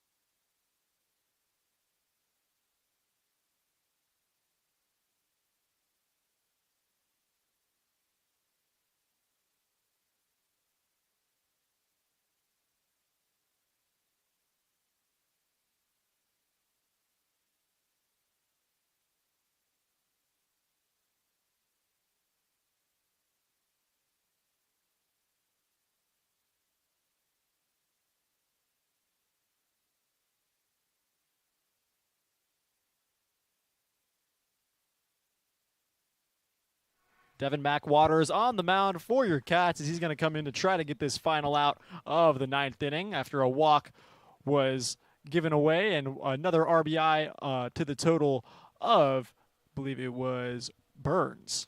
So now with Burns over at first base, it is now Brian Rojas up to bat, who has been a very dangerous batter, and now with bases loaded as well. Yeah, so Von Goddard on the day, he's going to wrap up with his line being a .2 innings pitched, 2 hits allowed, and 2 runs, as well as 1 strikeout and 1 hit batter. McWaters can't find the zone there. It's going to be a 2-0 counts. So McWaters, the righty, toeing the rubber now. We saw that we had Von Goddard, the first lefty we saw on the mound for the Cats, but is going to be quickly switching back to a righty. This one's drilled right side of the field, and that's going to be a base hit. 1 run will score, and it looks like the second's going to be coming on home as well. And yes, so that is going to be a 12-1 game now. As runners sit at the corners, we're going to be moving over to Caleb Karpstein. So Van Goddard now, an update on his line, as he has 4 earned runs now. McWaters gives up his first hit. We're going to have a pinch hitter here for Karpstein. It looks like it's going to be Liam Herrera. We'll see how Herrera is able to do here. His obviously first at-bat of the day, and he's going to be fighting McWaters. It's going to be low. Call that ball number 1. Well, your Wildcats will only need 12 in the next half of the frame. Going to need a special 9th inning, but just want to see the Wildcat bats kind of get going to go into this next game. Oh, that's a nice bare hand snag over along the fencing. Isn't that something? Should be able to trade that for a coupon of sorts. Get that man a glove. Get that man some first aid on that hand. Get that man some burn ointment for the leather wrap that's about to be on his hand. That one looked like it dropped into the zone, but maybe just a little bit too high there from McWaters. So 2-1 count now. Herrera awaiting the pitch. As this one's going to be popped up, Andrew Sharp's going to try to get underneath it. And he does. So that is going to end this very long top of the 9th inning, but the Wildcats have a chance to try to cut into this lead and have a chance to try to get back into this game in the bottom of the 9th.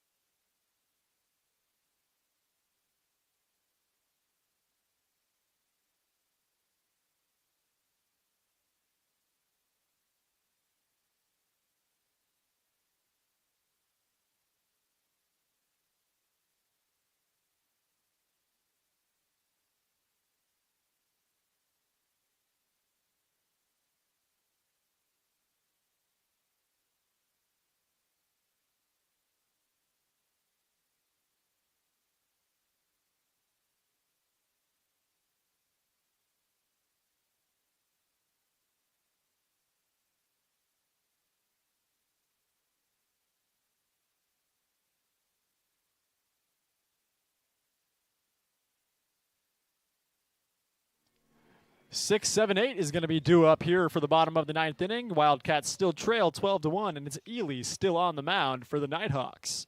Last chance for the Wildcat bats, as first pitch that Blank sees is going to be called strike number 1. Looked a little bit low and outside, but it's going to be called strike regardless. We'll see how our Wildcat batters are able to fare here as they look to... This one's hit up the middle, and it's good contact, and it's going to get past the shortstop. So Logan Blank able to reach aboard safely here to lead off the bottom of the 9th inning. Start that the Wildcats were looking for. Last inning we saw it start off with a solo shot by Justin Birch. So now coming up to bat, it's going to be Brady Hinkle. Hinkle's such a consistent bat in 22 games of play this season, 370 average.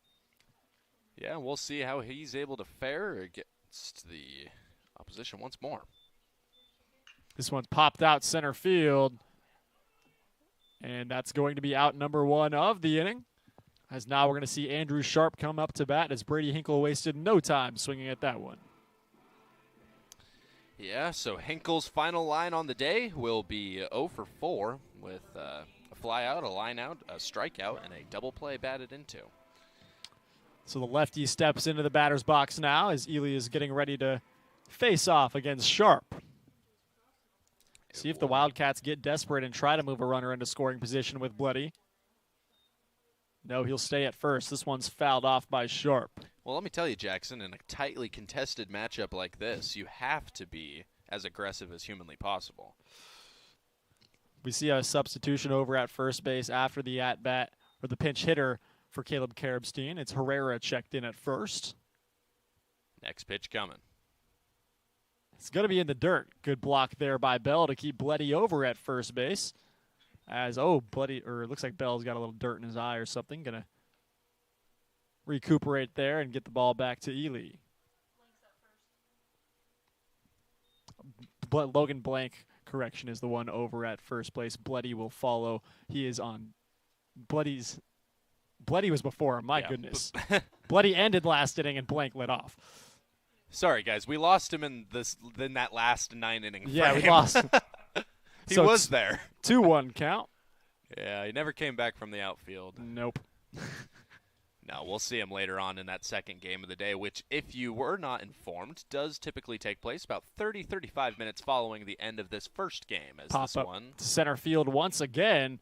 That one's more in the left center gap, but they're able to chase it down, and that's going to be 2 outs now as Logan Blank still sits over at first base, and we're going to be back up to Justin Birch. Well, and with this, Jackson, they've got a chance to perfectly complete the lineup card here, as it would be 4 trips through the order for every single Wildcat hitter.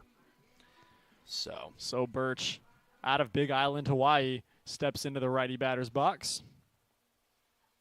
And he's the only one who added really any fuel to the fire here for the Wildcats today. Hit that homer in his last at-bat. That one's going to be passed by for ball number 1, about at eye level. He actually started off last inning, leading off with that homer. Herrera not even holding Blank over at first base, just letting him be. Swing and a miss on a hard cut there from Birch. Just not able to make any contact with that one. Looked a little bit high. May have been out of the zone. So 1-1 count, 2 outs, a runner on first. Score is 12-1. Oh, wow. Good frame job really there by frame. Bell. That was something. Brings us to a 1-2 count. So Birch in danger, striking out here in a pitcher's count now. Definitely against the ropes. And he's going to barely get some contact to it to keep this game going a little bit longer. Blank on the season over at first base right now is 4 for 5 in stolen base attempts. Can't imagine we're going to send him at this point. No, I mean, hey, one way or another, like we said, Jackson, it's that aggression that's going to win you this game. As this next pitch coming. Birch is going to foul it off once again, keeping this at-bat alive. Stays here in a 1-2 count. Ely doing what he can to put Justin Birch away, but he's fighting off everything he sees. See if he tries to get him to go chasing here. Runner takes off, but it's going to be 3 straight foul balls by Birch. So we eventually do see the steal sign granted over to Logan Blank, but it's not going to be successful in terms of we swung and kind of ruined that opportunity for a runner in scoring position. That one was in the strike zone, though, so one that Birch could not take. Runner stays back at first base. Birch is going to see the 1-2 pitch once again. Fouled off once again. He's not going anywhere. On deck right now is the top of the order in Marcus Manzardo. In the hole is Bubba Varner Jr. And then following him would be Brandon Ponce. And then you just needs one more out to come out of this matchup victorious. And this one's drilled left field. Did Justin he do Birch it again? And that one is going to be gone. Back-to-back at-bats with a homer for Justin Birch, making 3 total home runs on the season. Oh, my. Man, some straight power from Birch. Talk about picking your spots as Justin Birch again. He's going to hit a homer in the bottom of the 9th inning. Unfortunately, it's going to be a bit of a Chris Paul moment. Yeah, I was as thinking, it'll be Brian. 12-3 now. But, hey, one way or another, incredible game on the day for Justin Birch. Yeah, your 9-hole hitter is showing plenty of power in that spot, doing a good job of bringing up the top of the order. Unfortunately, just a little bit too late, but call all 3 runs on the board RBIs via Justin Birch.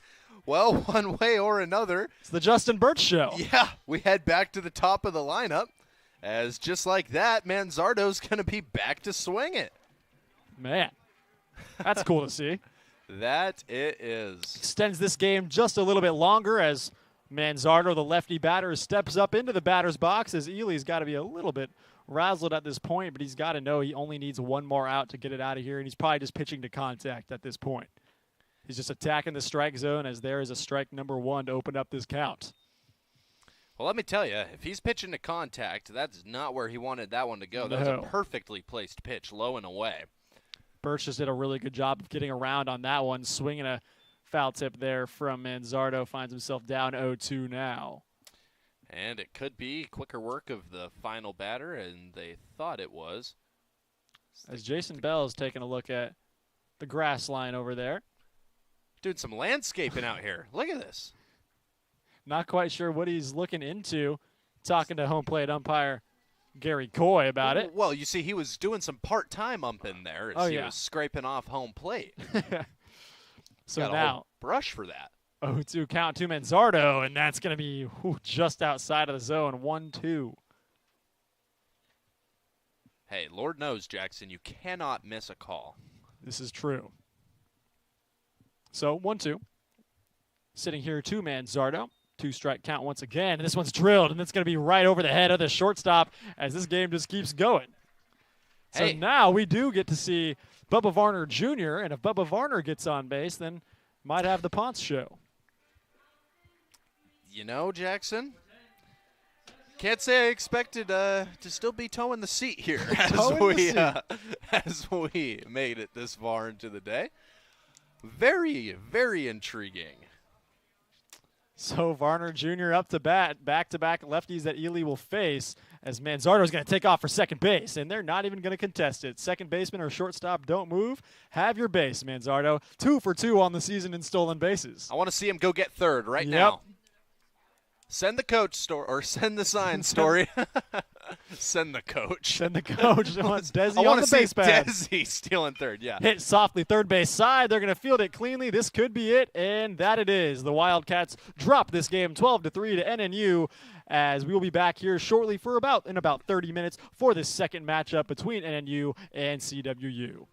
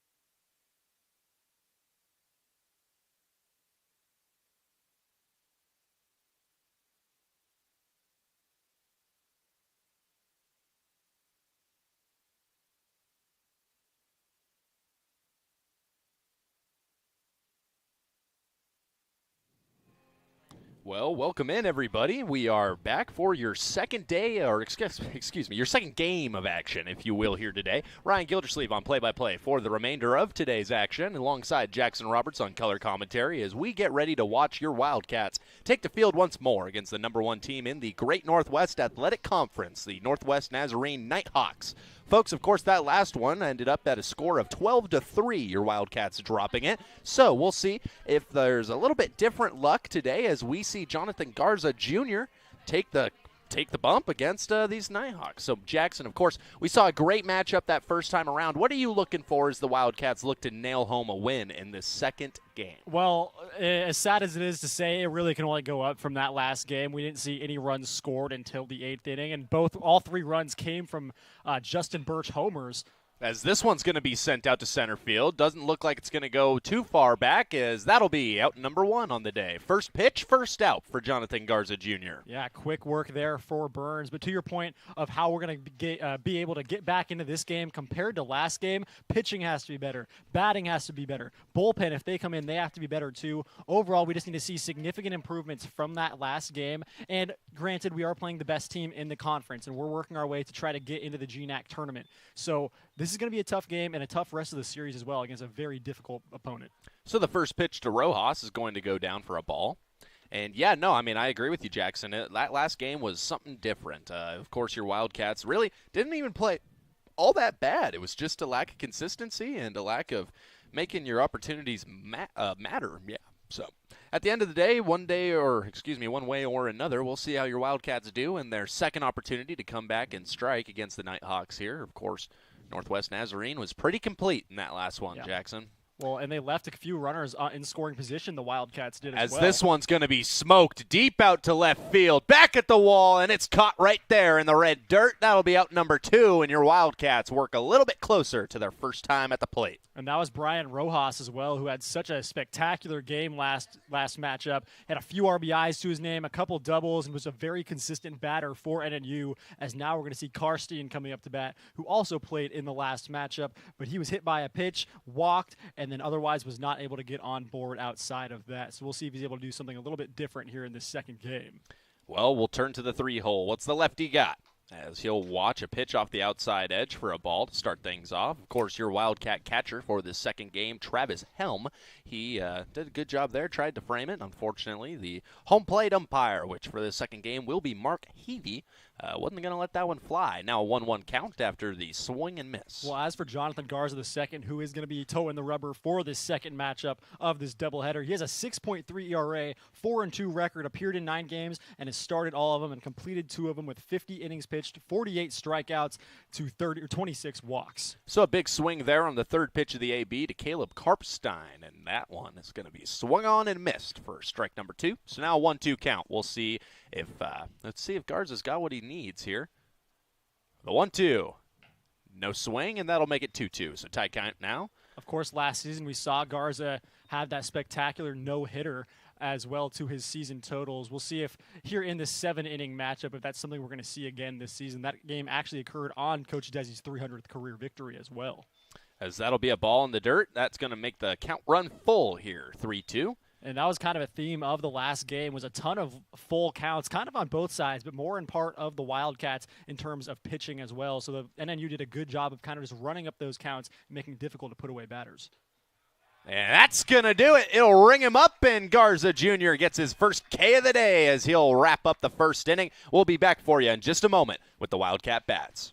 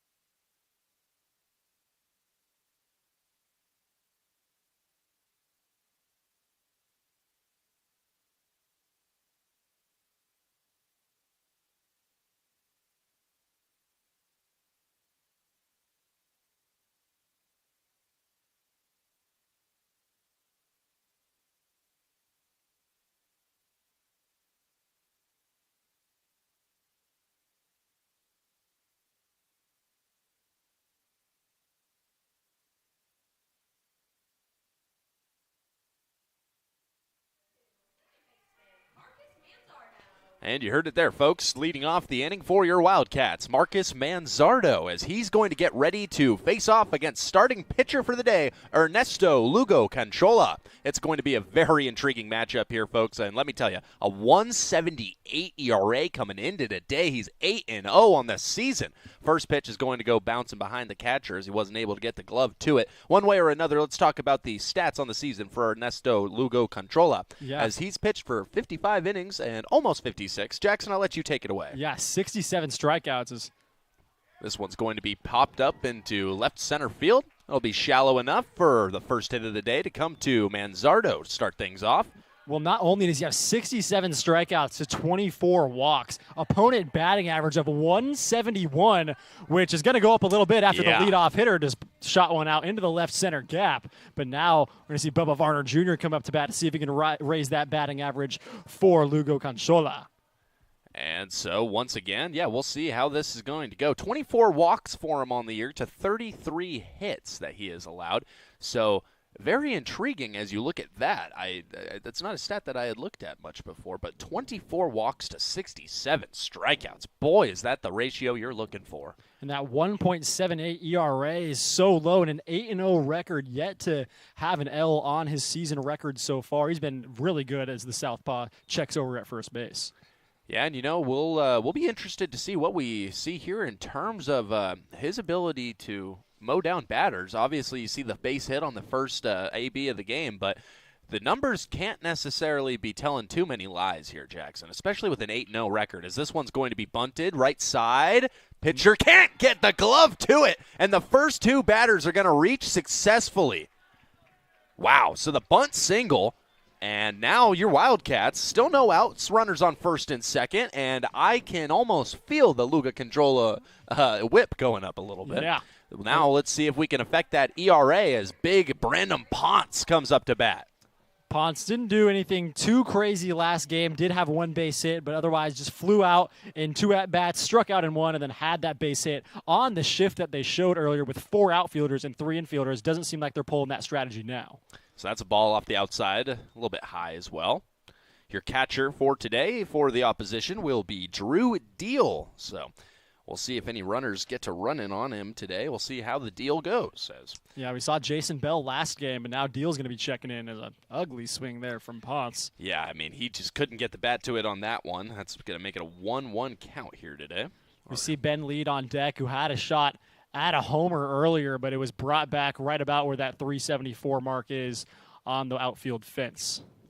This one swung on and another big miss. I mean, he's missing Ponce's bat in a big way. Yeah, I think Ponce sees 2 runners on, is kind of shooting for the fences right now. I want to see him kind of just aim for that base hit. You have a runner in scoring position. You don't need all the runs at once. We're in the first inning. Go ahead and just take the runs where you can get them.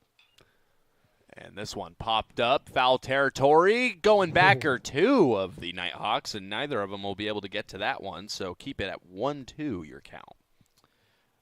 Ponce, just such an electrifying hitter, debatably the best hitter in the GNAC, is up there in average, leads the team in home runs, and when you look at his RBI total compared to the rest of the team, he has 54 RBIs. The next highest is Marcus Manzardo at 23. Yeah.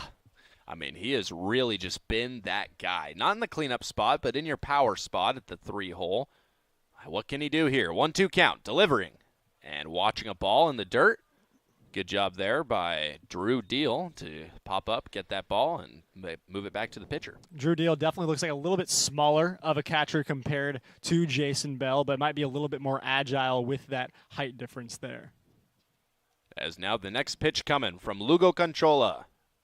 No swing, and that's going to make it a full count here as it runs all the way to 3-2. Yeah, and we're going to see the 7th pitch of the at-bat coming up here shortly. Ponce doing a good job trying to get this pitch count as high as possible for Lugo Canchola, who is such a dangerous pitcher here in the GNAC. Well, let me tell you, Jackson, it's one of those situations where the more pitches you can take away from a pitcher like this early in the game, the better of a position you're going to be in, as that right there is going to be a Brandon Ponce walk. These bases are loaded, and this is not what I expected to start off the game, Jackson. Not at all, especially when, like I said, you look at the stat sheet of Lugo Canchola, you're expecting to come in here and have a very long day in terms of a lot of swings and misses, a lot of soft contact, but he's kind of given up to some free bases right now, which the Wildcats will definitely take.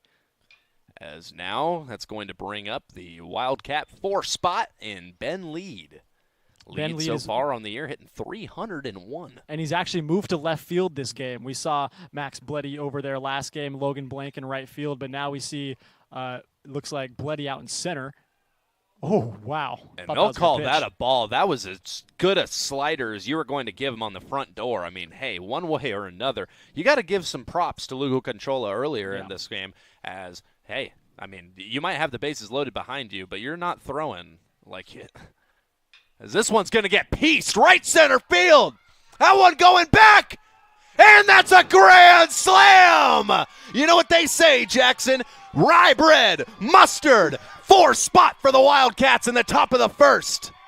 My, oh my, Lugo Conchola was not expecting that one. Ben Lead makes up for the robbed home run earlier and gives that one a ride for a 4 RBIs. 4-0 lead, your Wildcats. And let me tell you, ladies and gentlemen, we talk about not expecting it. That one might not have even been in the realm of possibility till it happened. Wow, crushed it, Oppo, into right center field, and now the Wildcats lead it by 4. Good Lord, and now we're going to see Max Bleddy come up to bat. And how do you top that? But there's still nobody out. The Wildcats are essentially back at the start of the game, and it's with a 4-run lead. And that is really something. Against a pitcher in Ernesto Lugo Conchola, who has only allowed 11 runs earned on the year so far. Now he's given up 15 just with one swing. Another ball watched in the dirt there, and wow, I got to calm down, Jackson. Yeah. Whoa. Man, what a shot there by Lead as well. You could almost tell off the bat, too. It didn't look like it was too far over the fence, but you could hear off the contact, and once you saw the numbers on the back of those jerseys, you had an idea of where that one was falling. As that's going to be called for a strike on the lower outside corner. Really dropped that one in the spot that he wanted it at. 2-1 now your count. Well, how about a great power day from Ben Lead? I know that other one didn't eventually get over the fence, but he's showing plenty of that strength behind his swing. Yeah, I mean, hey, one way or another, Jackson, Ben Lead, one of those guys that for years we've been observing, he can hammer a baseball, especially right here in Ellensburg. He has mastered it. As the next pitch coming, looked like it hit him, and it did. So just like that, another free trip has been issued. Whoa. Lugo Conchola kind of having a rough start to this matchup here at CW Baseball Field, as looks like we might have a mound visit. At least the head coach of NNU is having a chat with the home plate umpire, Mark Heavey. Gotta wonder what this is about. Well, maybe he didn't think that the ball hit the guy, or whatever it is. One way or another, though, despite what the conversation is, you have to imagine that if you are the coach, this is not at all what you thought this game was going to look like. It looks like they're going to have a serious conversation here, so we're going to go ahead and send it off to break. When we come back, we're going to have the rest of the first inning, which still, your Wildcats have not recorded a single out.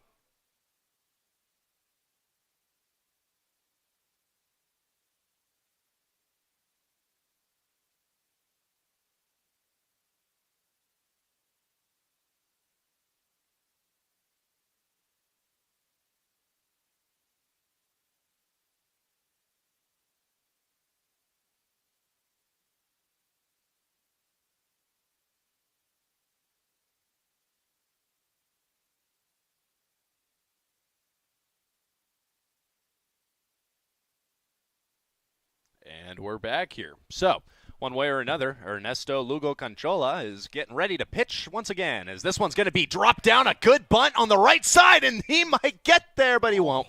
A great job by the catcher to get there and get the throw over to first base. Really popped out of there. I didn't see the speed originally, but then he got up there, barehanded it, and that's just about as routine a bunt as you can have for. Well, I'll tell you what, there was was some magic to keep that one staying fair as well. It was really riding that first base line like there was a wall there preventing it from going foul. But eventually they got to it and were able to throw him out over at first base. But Hinkle, not the type of guy to show off all the wheels too often, and wasn't able to do it there. Does advance Bleddy over to second base, though, in scoring position. And so now Andrew Sharp up to bat. 7th batter of the inning. As we see Sharp up to bat, Helm is on deck, and then Justin Birch, the lone scorer in that last game, is hitting in the 9-hole and will be in the hole right now. As this one, a ball, and it seems like some struggles going on between the unit of Ernesto Lugo Conchola and the catcher, Drew Deal. Well, we've seen Lugo Conchola missed very low a few times now, just skipping it across the dirt into the chest pad of Deal. So see if he's able to get that release point a little bit fixed as we go on. This one's going to be swung on and fouled back. You can cue the cow noises. Cue the cow noises. As we didn't get it, unfortunate. Very sad. We got the rug pulled on us is what we got, yeah. Jackson. 2-1 count now sits Andrew Sharp. Lugo Conchola only one out to the board so far, and it was just on that bunt. As that one swung on and hit well left field, that's going to make its way into the Wildcat bullpen. I'm really rooting for Sharp here. I mean, this whole season, it hasn't been up to par in terms of what he was hitting last season, but he's still been very good, and it sucks to see him move down in the order a little bit, but still a very good hitter. Great first baseman defensively as well. Just a matter of getting that streak going with the bat again. As he's going to do a good job. He pokes the outside of that one. Throw over to first is going to get Sharp. Runner on third will hold. And so just like that, Max Belletti finds himself a new home on the furthest corner from home. And just like that, coming up to hit will be Travis Helm. Well, Sharp kind of went reaching for that one a little bit, just poked it off the end of the bat, just soft grounder over to the left side of the field, making an easy routine play there for the infield. But I'm excited to see Travis Helm come up here to bat as well. First at-bats of the day he will be seeing. Pitch coming, that one. Take it for a ball high. Well, the Wildcats haven't seen a lefty all day, and I'll tell you what, this is the first one they're seeing, and they're taking advantage of this newfound change as well. Not shying away from it. As this one swung on and hit a ton into left field as well. That one's not going to have the carry, and that's going to do it for your Wildcats here in the first inning. Folks, we'll be back for the top of the second in just a moment.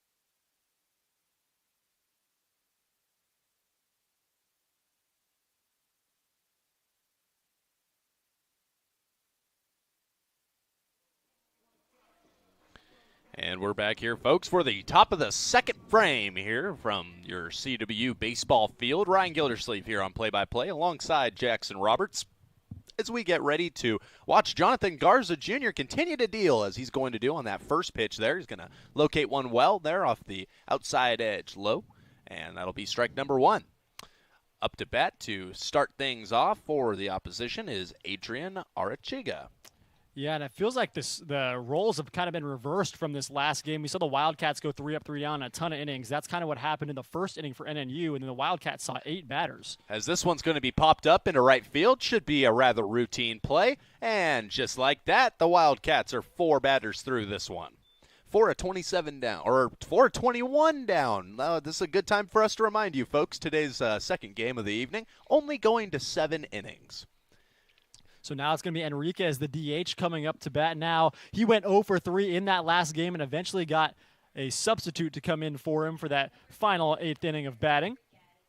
So Enriquez, the cleanup, or the 5-hole hitter. Pitch coming now. Swung on. That one fouled back into, of course, foul territory.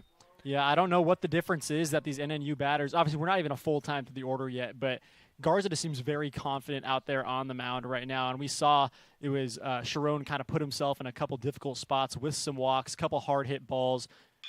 As this one's going to be hit to the second base side, and it will sneak its way through the infield. That's going to be a quick base hit for Chris Enriquez. Now coming up will be Cole Calnan, who, of course, we saw have an interesting back-and-forth game that first go-around, Jackson. Yeah, Calnan, he struck out looking once. He had a double, 2 doubles actually, and otherwise lined out and popped out to the outfield, but did have 2 doubles, so some really good contact from the righty batter, as he's going to be looking to do a little bit more of the same with a runner on first base. And so once again, we'll see what Jonathan Garza Jr. has in the tank as he's going to get ready to deal. Swung on. This one into right field again. This one really shallow, and it'll drop foul. So just like that, the Wildcats breathe a sigh of relief, if you will, as that one drops into foul grounds. Just like that, it'll be a 0-1 count here for Calnan. 1 out and a man on first. So a double play situation here as Garza is able to locate his pitch properly. Yeah, we saw a couple of double plays turned in that last game. There was a couple opportunities where we kind of only got the 1 lead runner as well. So looking to kind of turn these double plays as quick as possible. And Enriquez is not the fastest guy on first base. As this is going to be a ball taken high. Yeah, no, I mean, I agree with you, Jackson. But you cannot forget he is 2 for 2 on the season stealing 100%. bases. And he has a sliding mitt on. So he's prepared. He's dripped out to steal. Pitch coming.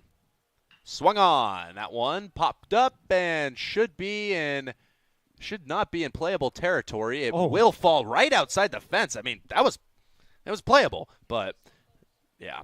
One way or another, it'll drop outside, and that'll be yet another strike. So 1-2 goes the count to Calnan. Garza on the season has 48 strikeouts, 49 strikeouts now compared to 26 walks. So we'll see in a strikeout situation now with 1 and 2 count, see if he can add another one to his season total. And you know what I'm looking for here, Jackson, is that Jonathan Garza slider. Yep. Lower outside corner. And he's not going to go for it. It looks like he went sinker there, which is an interesting choice. 2-2 count now. Yeah, evens the count up. Calnan waiting for a pitch he likes to see. Has already fouled off a couple of them, just looking to barrel up one into the outfield. And here's the high count pitch. No swing, and that'll run it full.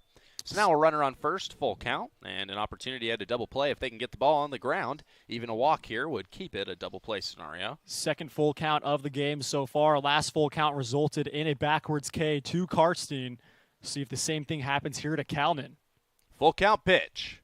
Swung on and missed. Give Garza his second K of the day as now your Wildcats one step closer to making their way down to the bottom of the second, as that's the second strikeout of the day for Garza.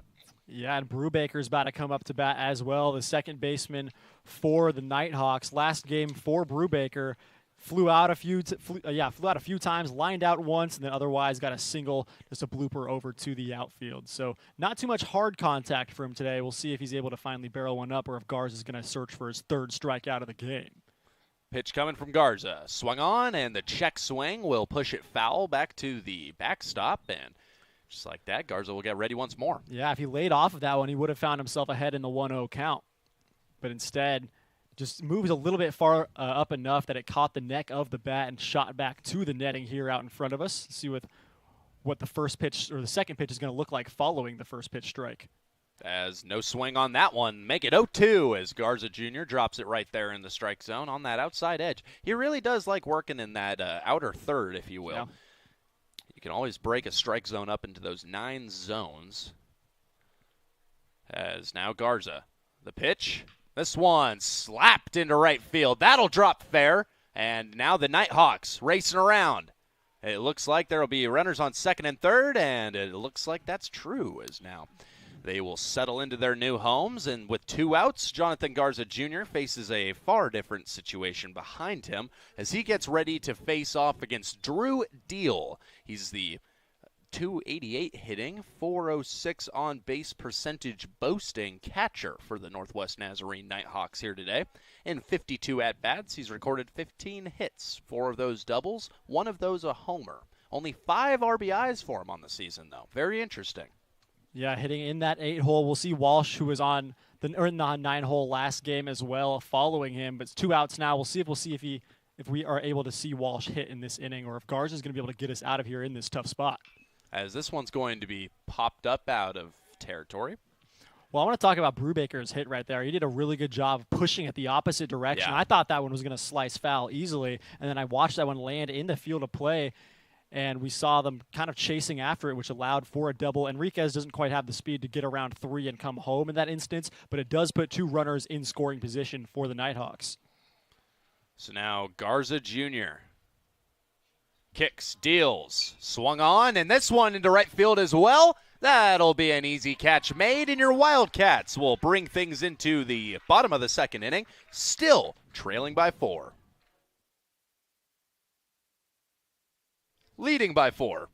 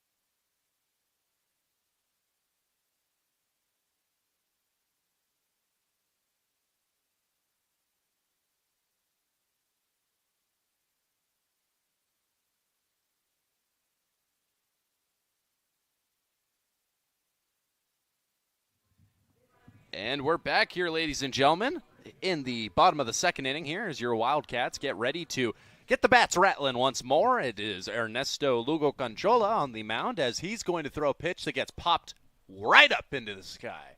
About half a mile, if you will, as that's going to be caught, and that'll be the first out of the inning for the Cats. Well, Justin Birch had a successful last game in the latter half of the game. Starts off this game a little bit iffy on that first pitch swinging, and that's something I noticed Birch does a little bit sometimes. He's not too patient up there sometimes. He kind of goes up there looking for that pitch, and whatever it might be, he does take a hack at it. I just want to see a little bit more patience from Justin, and I think he's a guy that is really going to rise in this batting order at some point in next season. As Manzardo gets ready, sees the first pitch, fouls the first pitch off. Manzardo, back-to-back innings with an at-bat. His last one, he kind of blooped it out in front of the center fielder, able to get the day started on a high note, get this game started on a high note, as just a leadoff base hit was what kind of got things going for the Cats. It's going to be a high pitch taken there. Good eye from Manzardo, though you always have to have a good eye when the ball is coming at your eye, at least at eye level. Manzardo last game went 3 for 5. A couple of solid base hits for himself. Oh, that was going to catch him. Yeah, I thought that was going off the helmet, picked a better location, and just like that, another free trip has been earned by the Wildcats. I guess not earned necessarily, given by Ernesto Lugo Conchola. Very intriguing. Only his second hit batter on the season as well for Lugo Conchola. It seems like things are kind of falling apart for him right now. Well, yeah, I mean, you have to wonder what's going on. Yeah, something in that Ellensburg air. It really is. As this one, as that one's fouled off back behind. Yeah, he was about, say, 40 degrees off of where he was supposed to be aiming, but one way or another, that ball was crushed. His last at-bat, he bunted it and laid it down the first base line and was able to get there to first base in time as well. As this one fouled off now on the other end. So he's got power. He just needs to straighten it out. He's taken both other ends of the spectrum. Varner last game went over 3, apologies. He did walk once on a full count pitch. So the 25% on base for the day is still intact. Hopefully it doesn't bring it down to 20 here, as he's going to push that one to the second baseman. Throw is there at second. He will be safe at first, and now 20% on the fielder's choice. Yep. So it's going to get the lead runner. Manzardo's going to make his way back to the dugout, but we're going to see the dangerous batter of Brandon Ponce coming up to bat. Yeah, so Ponce comes up. If you don't remember, last time through the order, he made his way over to first and eventually walked his way into home plate off of the home run by the man who goes right on after him. The grand slam at that. Yeah, as this one's going to be swung on and missed. And wow, let me tell you, if there's one thing that Ernesto Lugo Conchola has done today, it is throw those pitches to Brandon Ponce. He's got him looking like a child. I was going to say, he's making Ponce look silly up there at the plate right now. That's about one of the only positives that Lugo Conchola can take away from this so far. As he's going to miss on that one, ball's going to be registered high and away. Well, these are debatably one of the best pitchers in the GNAC versus one of the best batters in the GNAC. And there may be bias here, but I believe Ponce is the best batter in the GNAC with his statistics and his power and his RBIs that show on the stat sheet as well. As now he's going to pick up yet another base hit for himself. Sends that one right up the middle, and this is starting to look a little bit similar, Jackson. If we're about to see what I think we're about to see, then this would be something different. But one way or another, up to bat, Ben Lead for your Wildcats. If you don't remember what he did last inning, how could you not? He hit a grand slam out there to right center field. That's right, he is a right-handed batter. He pushed that one oppo for all 4 runs. Wow. And only thing that's different right now is that third base spot is not occupied at the moment. But otherwise, runners at first and second, same pitcher, and he's about ready to take this one for a ride if he can. As he's going to send this one into straightaway center field, it will be caught, and that'll do it for the Wildcats. Folks, we're about to be back for the top of the 3rd inning. We will see you then.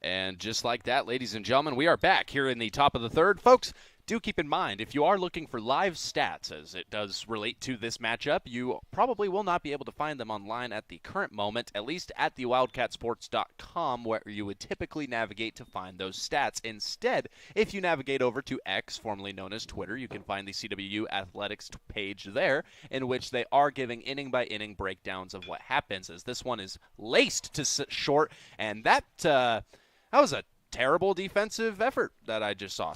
Yeah, instead of kind of getting out in front of it, he stood by the side of it and tried to pick it off the ground instead of using his body to just body it up, keep it out in front of him. That's kind of what you learn when you're starting to play baseball. Use your body. As we talked about last week, it's like the alligator method. It's the three-point stance. You want to let that thing get in your glove, and if it's not going to get in your glove, it's going to roll up off your glove into your chest, and you can body it down and throw it to first. Yeah. Not what Justin Birch did there, so something to work on there defensively. As this one's going to be a ball up high. Yeah, it's just one of those things. The fundamentals, everybody talks about it no matter what sport it is. If you don't remember the fundamentals, you're not going to be successful. That's just that. And so, obviously, he's been the most successful Wildcat as the day goes long. But something to keep in mind is this one is pieced out to right field. Back at the wall, makes the catch on the red dirt, and the Wildcats bring home another out.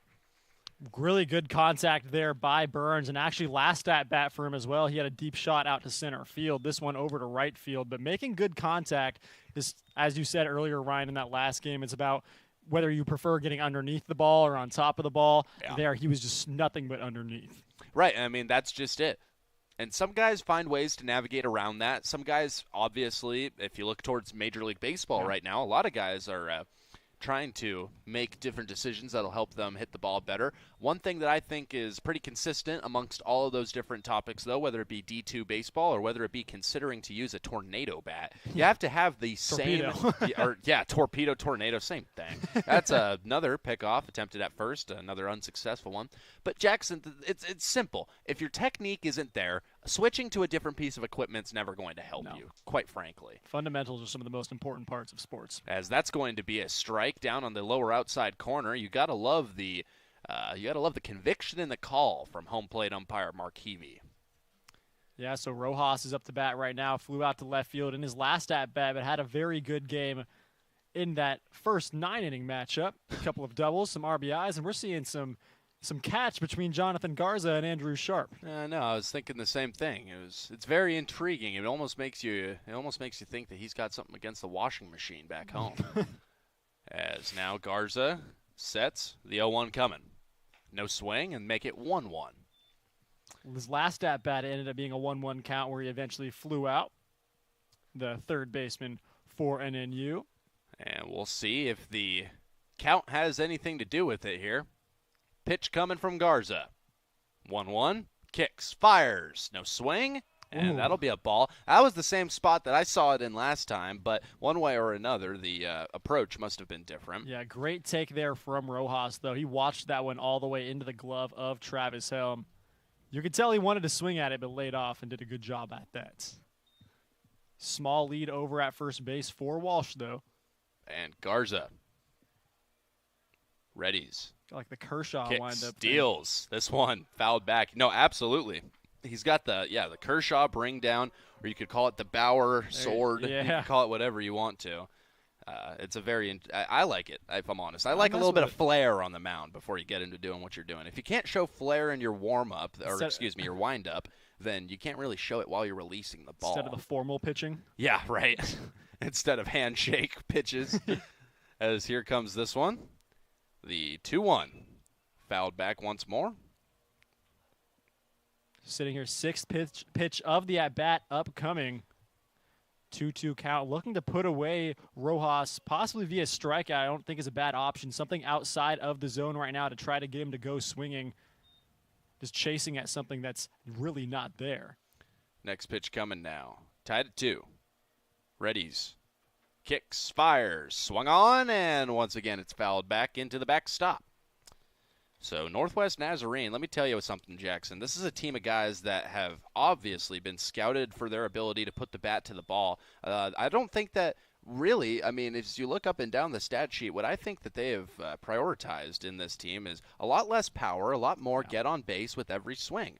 And you know how I can tell is simply put, they make contact with every pitch that's thrown to them. If they want to make contact with it, they're making contact with it. Now, you could say that there's a couple of different reasons for that. The Wildcats not necessarily throwing anybody on the bump that's going to blow you away with their velocity, which is the best way to make it around that, as this one's going to be hit to short. Wow. That was so that's going to be a base hit. Runner on first and a runner on third. And you'd have to imagine that there is something going on in the head or body of Justin Birch, who has made 2 abhorrent fielding mistakes in the early stages of this one. That was rough, Jackson. An opportunity for a double play to get us out of the inning, too. Instead, it's going to result in runners on the corners now. Well, it makes you think that there's something wrong with the knees because he didn't get low enough. Stayed straight as a board. That's both grounders there that he just stood, like you said, straight up instead of getting down and corralling it in front of him. Now this one's going to be fouled back. One way or another, the Wildcats, made up of 9 different competent defenders, if you will. So yeah, we will continue on. We will continue on. Birch is doing a good job with his bat. This is a matter of cleaning up those fielding errors. I talked to you about it in between innings at a point last game about how he's a high and low fielder. He makes those really spectacular plays at points. And now this one laced up the middle. That'll be a run in. So, yeah, I mean, a series of balls hit to shortstop, at least in the shortstop's range. That last one, a bit more understandable as it was straight up the middle. But, yeah, I mean, now you find yourself in a situation where you got Jonathan Garza throwing pitches that should have gotten him out of the inning batters ago. Now it's going to be Adrian Arechiga coming up to bat, the left fielder for the Nighthawks. His last at-bat, he flew out over to right field on a pop-up over to Bubba Varner Jr. As now Jonathan Garza readies. Looks at second, kicks, fires. Oh. And this one's going to be fouled into the glove. He looked scared to swing at that one as he was going around on it. And they appealed for the decision there at first base, which was interesting. I could have swore I heard contact from the bat to the ball. No, he didn't get anything on it. It was just a check swing that he obviously went around on. Well, one way or another, you got the 1 strike count. As here's the pitch. It's going to be a ball taken off the outside. 1-1 now. Well, on deck, we see it is Enriquez who did have a hit in his last at-bat. It was an 0-1 count where he was able to poke one into the outfield. First, we got to get through Arechiga, though. And Garza, once again, readied up. Kicks, fires, swung on, and once again, this ball finds its way behind home plate. Arechiga in that last game did go 2 for 4, but at one point he did ground into a double play, so something to look into here for a possibility for the Wildcats to turn one. A little bit of light in the tunnel, if you will, Jackson. But that's been 2 plays where the Wildcats have had an opportunity to turn a double play, just haven't been able to get the ball into the glove. Yeah, I mean, even a 1-out would have been acceptable, you know. That would have done it for the inning if there was 1 out on both of those, as this one's going to be popped up on the infield, and that one is going to be an automatic out. Didn't even need to make the catch, Jackson. Could have sat down, did some patty cake before that one hit the ground, and he still would have gotten the out. One way or another, you got to love the infield fly. Yeah, and good job by Garza to kind of just vacate the area as well. Let your fielders do their job. Kind of, I know we saw Ponce drop one or miss one earlier, a pop-up, but trust your defense. Let them run in on it. You do your job of just pitching and get out of the way. And so now, stepping up once more, Chris Enriquez, the DH. And I know he was successful in his last time up, Jackson. Yeah, base hit for himself. Led off the day for a base hit for the Nighthawks. As now he's going to put a whole lot of power into that one. Thankfully for the Cats, it does go into foul territory. Yeah, on the season, Chris Enriquez does have 3 home runs on the season, 35 RBIs, and 9 doubles for himself. So he does a really good job of finding some soft spots in the defense, left center field, 9 doubles on the season. He is able to turn that first base and get this ball into the right spots in order to have enough time to get there. As he's going to put the bat on the ball once more. And, you know, it all kind of goes back to what I was saying before there, Jackson. It's one of those deals where this is a team that was obviously put together because they can get the bat to the ball, put it into the field, and quite frankly, I mean, if you've got a bunch of guys that can hit singles, when do you really need to see home runs? Well, yeah, not only hit singles, they have really great eyes, too, and on-base percentage. There's a couple guys who are nearing 500 for on-base percentage. Which is just absurd. That is just absurd. It's real odd coming off of watching professional baseball. Then you come and you check the statistic. It's the same statistics, but the averages. Boy, if you think you're coming to D2 baseball and a 3 ERA is going to be the average, then you are sorely mistaken. As the next pitch is coming from Garza. Swung on, and this one fouled into the catcher's glove. They'll call it the last out of the inning. Give it to Garza for number 3 as far as Ks go. We'll go ahead and send it off, and we'll be back with you for the bottom of the third.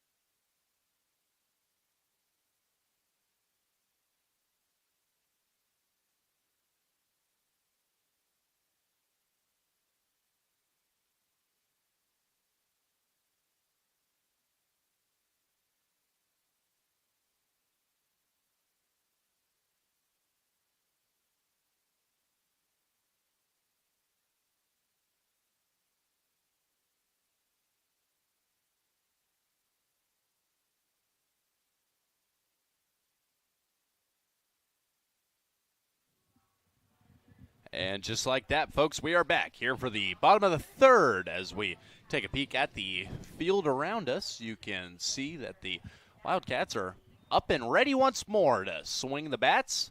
Here's the first pitch of the inning, as it's going to be laced foul off of the bullpen and out of territory left field. Well, folks, still on the bump for the Northwest Nazarene Nighthawks, Ernesto Lugo Conchola, as he gets ready to hopefully make his way quickly through the Wildcats, if you're going from his perspective, as this one's going to be hit out into right center, and he's getting under there. He's going to have out number 1. Just like that, the Wildcats are looking at the next batter in line. And who is that, Jackson? That is Brady Hinkle. He tried to get the bunt down in that last at-bat, but Drew Deal was having none of it. So he ended up rushing towards that and threw it over to first base, got it there in time. But not bad contact there from Bleddy either. Not the ideal contact probably, but you got a couple more at-bats in this game to kind of workshop your swing. As the first pitch is going to be off of the plate, slightly away. That'll be ball number 1. As, Brady Hinkle getting ready. Hinkle obviously not playing behind the dish this game, playing in the DH spot now.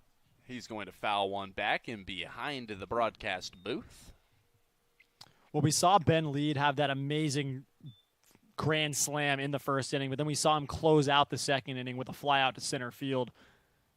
I'm excited to see what he has for the rest of this game as well. He seems to be seeing the ball very well out of Lugo Conchola's hands. Even the fly out to center field was not bad contact either. So excited to see Lead and him showcasing his power the rest of the matchup. So a 2-strike count to Hinkle, and he's gonna get sent down and show it there at the plate. A little bit of emotion flaring up after that one way or another. We are about to jump into our very next at-bat with Andrew Sharp, the lefty.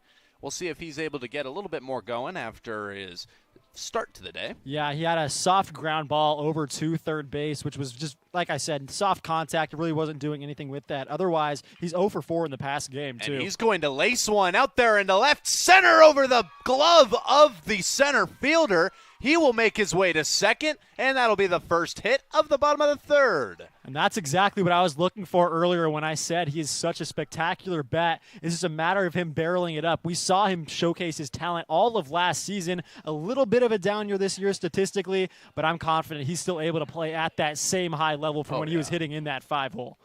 He laced that one way over the head of the center fielder. He was struggling to get to that. And it does appear as though the softball festivities for today have wrapped up over there at the Frederick Field. For now, we turn our attention back to the diamond as the next pitch coming from Lugo Canchola. That'll be a ball in the dirt. And we'll see what the other catcher for the Wildcats can do as we see Travis Helm up to bat. He ended the first inning, that long first inning that we saw 8 batters hit in. Whoa, some wind comes in here and about blows everything out of my vision. Blows everything out of our vision, but also brings some sweet bliss to my sensors, if you shall. As now still a runner on second base for the Wildcats here. 2 outs as we currently sit. Well, before the wind came and rudely interrupted me, Travis Helm, I was going to say, has flown out to left field, ended that first inning. I'm excited to see what he has here in his second bats. Oh, my. As now he's going to watch a pitch off the outside for a ball. Makes it a 3-1 count. 3-0 count, potentially. I'm seeing 2-1 count. Let me tell you, folks, this is like a multiple choice quiz. That wind came in and threw me off. Yeah, this one, a ball in the dirt. Oh, ho, ho! A strike in the dirt, as that one's going to be called. Yeah, it's Lugo Canchola really faking Mark Heavey on that pitch. That seemed very low. As the next pitch is going to be strike number 2, sitting right there on the outer third of the plate. Yeah, that was a great spot for that one. So now Helm, who he's been hitting better this season compared to last season, but we haven't seen him as much as that primary catcher compared to Brady Hinkle, and I think next year is going to be the year that we really see Helms thrive in that starting catcher role. Next pitch coming. That one watched for strike number 3. And let me tell you, some interesting zone there. An interesting zone. I wasn't necessarily talking about the zone. I was talking about the actions afterwards, but I'll keep my thoughts to myself as we move on to the top of the 4th.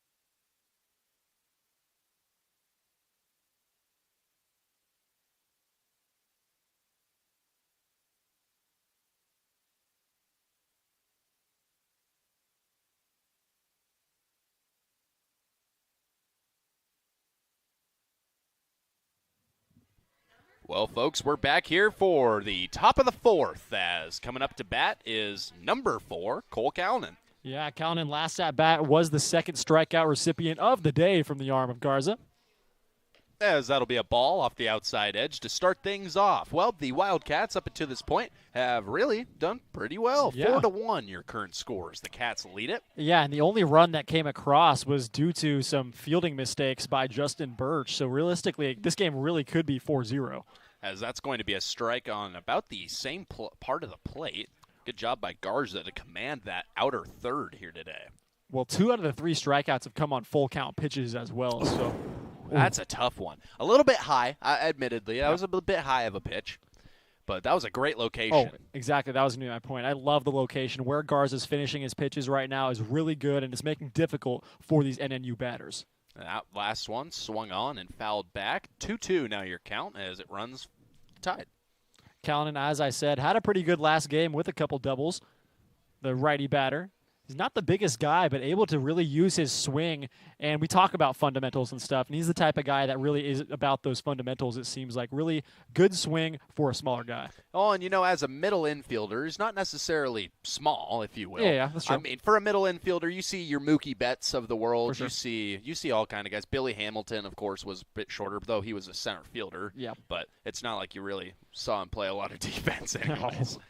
As now the next pitch coming from from Jonathan Garza Billy Jr. Hamilton on the mound. Yeah, as this one laced into right, that'll be a routine line drive for the out. And we talk about Mr. Utility Man, Bubba Varner Jr. moving over to right field. I know center field, right field, the outfield spots aren't too different from each other, but still, he's doing a really good job in his right field role this game. And as I said, we've seen him play the infield as well, too. So he really can play anywhere. We have an abundance of infielders, it seems like, that Coach Desi wants to run out there. So he's been primarily used as an outfielder now, but a guy that can use his legs, his bat, and his glove in a multitude of different ways. Next pitch going to be taken for a strike down the can. Yeah. Jackson, I am curious to ask, if you were given 3 random outfield players, completely nameless, and they had very different skill sets, what guy would you put in each outfield position? What's your ideal center, left, and right fielder? Center field, I want the guy who's really going to track down the balls out there, really can provide a lot of coverage in the outfield in both different directions. I guess the right field guy, I would typically say I want the power. I'd say. I know Bubba's showing a lot of versatility with his legs out there, and he's not exactly swung on and missed as Jonathan Garza picks up strikeout number 4 on the day so far. What a game it has been so far for him. He is just rocking and rolling a K with every inning that he's pitched so far, and now he looks to shut down the next batter in the order, that being Drew Deal. Back to you, Jackson. Yeah, well, first of all, great strikeout there by Garza, but for your left field guy, I kind of want a guy like Ben Lead, who's able to show a lot of power, but also show some versatility in the field as well, a mixture, a best of both worlds, if you will. Very interesting. You see, Jackson, I'm a little bit different than you are. In Sure. right field, obviously, you want your guy that's hitting the hardest, but more important to me, I want my guy in right field to have the strongest arm on the team. True. Obviously, you're going to have the furthest throw for the most parts to home plate, and you're going to be the guy that's going to be throwing there the most, as that's taken for another great strike. Wow, check the frame job by the Wildcat catcher, Travis Helm. But yeah, no, I want my right field guy. You need to have power at the plate. You need to be able to throw the ball hard and right. And left field, I just want you to hit. Yeah. I just want fair. you to hit 280 maybe. A little bit higher than that, I'll be happy. I don't really care about your fielding if you're in left field, if I'm quite honest. I take the middle school baseball coach's approach in that sense. And then my worst center fielder out there. Yeah. And then my center fielder, I want you to be fast and to be able to catch the ball. If I were putting you out there to hit, I would make you my DH. Yeah. As that's going to be another strike taken from Garza. Make it 2-2 count now. Opportunity for another strikeout for Garza. They're coming very fast for him as well. No shortage of strikeouts for Garza. Pitch number 5 of the AB on its way, and send him home wide, don't ya? Give him strikeout number 5 as he puts away frame number 4. We'll be back with you in just a moment.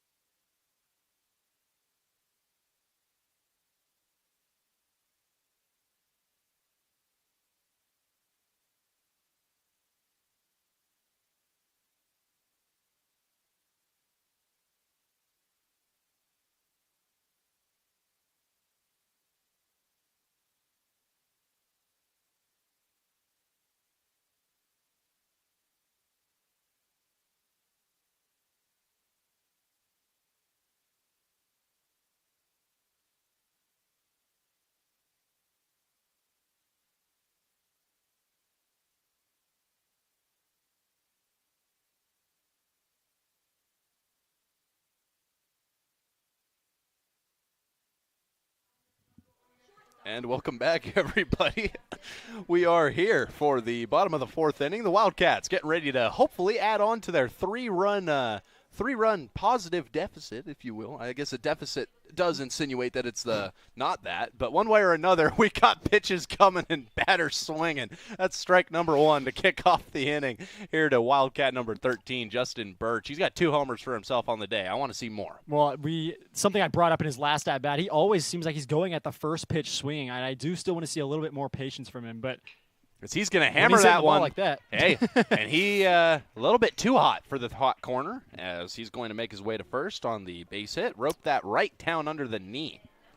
Well, he really wastes no time in his batting as well, but it eventually works out for him a lot of the time as well. He has a 280 average on the season. He's done a very good job as that 9-hole hitter, bringing up the top of the order like he is doing now, especially when he's leading off an inning as well. So runner on first for one of the best hitters in this lineup, at least consistent hitters, and Marcus Manzardo. And we'll see what he's got as he's going to drop down the bunt. And they'll make the quick throw over to first. Now a runner on second and an out for your Wildcats. Coming up to bat next, Bubba Varner Jr., someone we were just talking about, Jackson. Yeah, we were talking about his fielding, but now it's time to take a look at what his bat can do. He reached a board last inning, or not last inning, his last at-bat in a fielder's choice, which eventually sent Manzardo back to the dugout. But looking forward to see what he does here. He had that first inning where he bunted the ball, able to get on board there, show his speed, see if he can put this ball in contact. As he's going to make contact with the ball. Looked like it hit off his bat twice there. That one does go foul. So 0-1 will be the count to Varner Jr. As we were saying, you like the attributes that Varner Jr. brings. Of course, out there in right field, he's going to fill the fielding pretty well, especially for a team that has a lot of solid lefty hitting, Jackson. Next pitch coming. This one swung on, and that'll be a swinging bunt here. Varner Jr. racing to first, and he's out. Wow. Big call there from the first base umpire, Todd Ellis, as now the Wildcats are going to have, they're going to have Birch on third base, and coming up to hit is going to be Branham Ponce. So not the situation I would want to be in if I was Ernesto Lugo Conchola.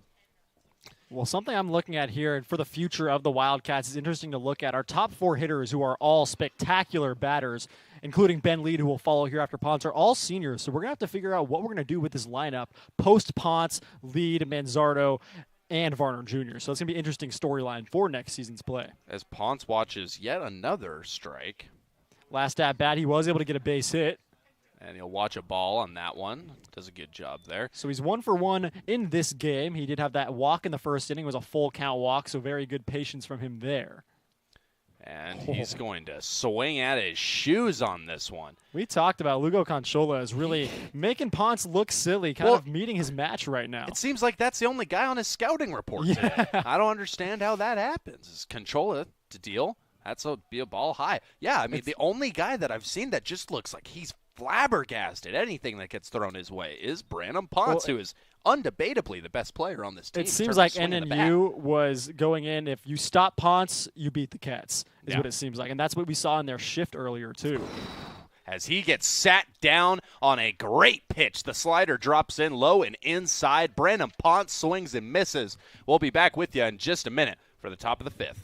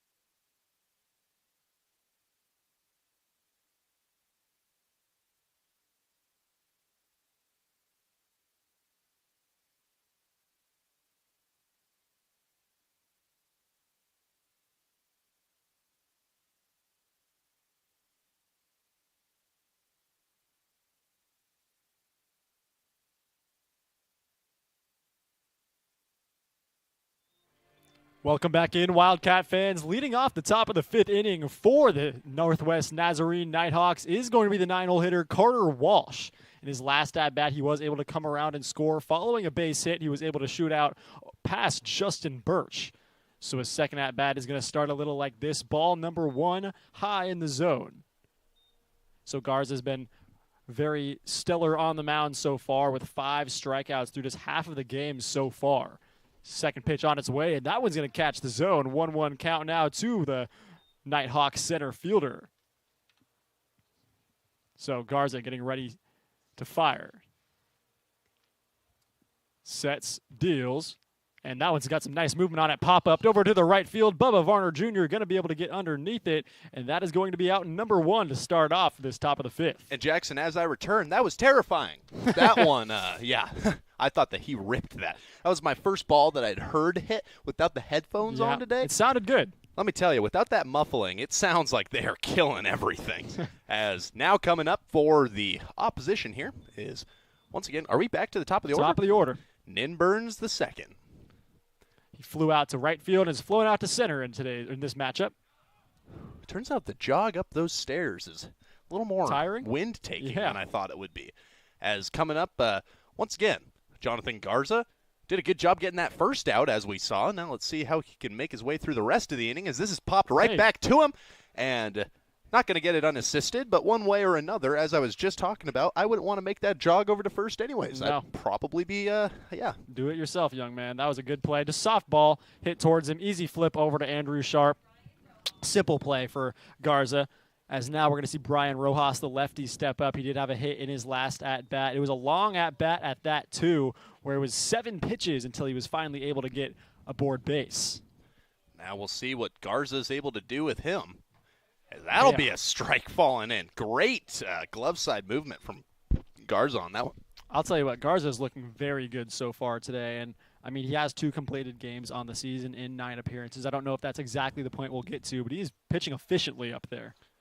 And that one, definitely the sinker, you could tell. The announcer's that one jinx. will, go off the front foot of number 7, Brian Rojas. It'll bring up the number 3 hole in Caleb Karpstein. Well, that's one way to stop one of the best hitters on this field from swinging. Yeah. Not exactly. I mean, don't let him hit. It's the Barry Bonds method, just a little bit different.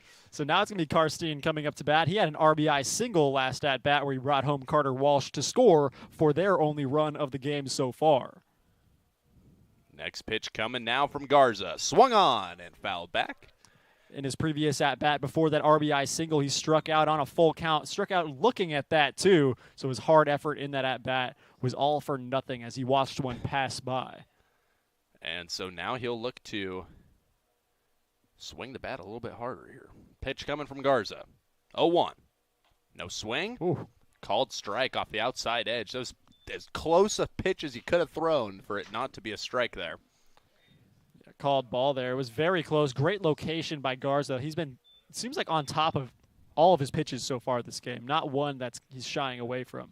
As he's going to deliver yet again. This one going to be a little bit high. Sitting in that outside third still. Just a little bit up above the zone.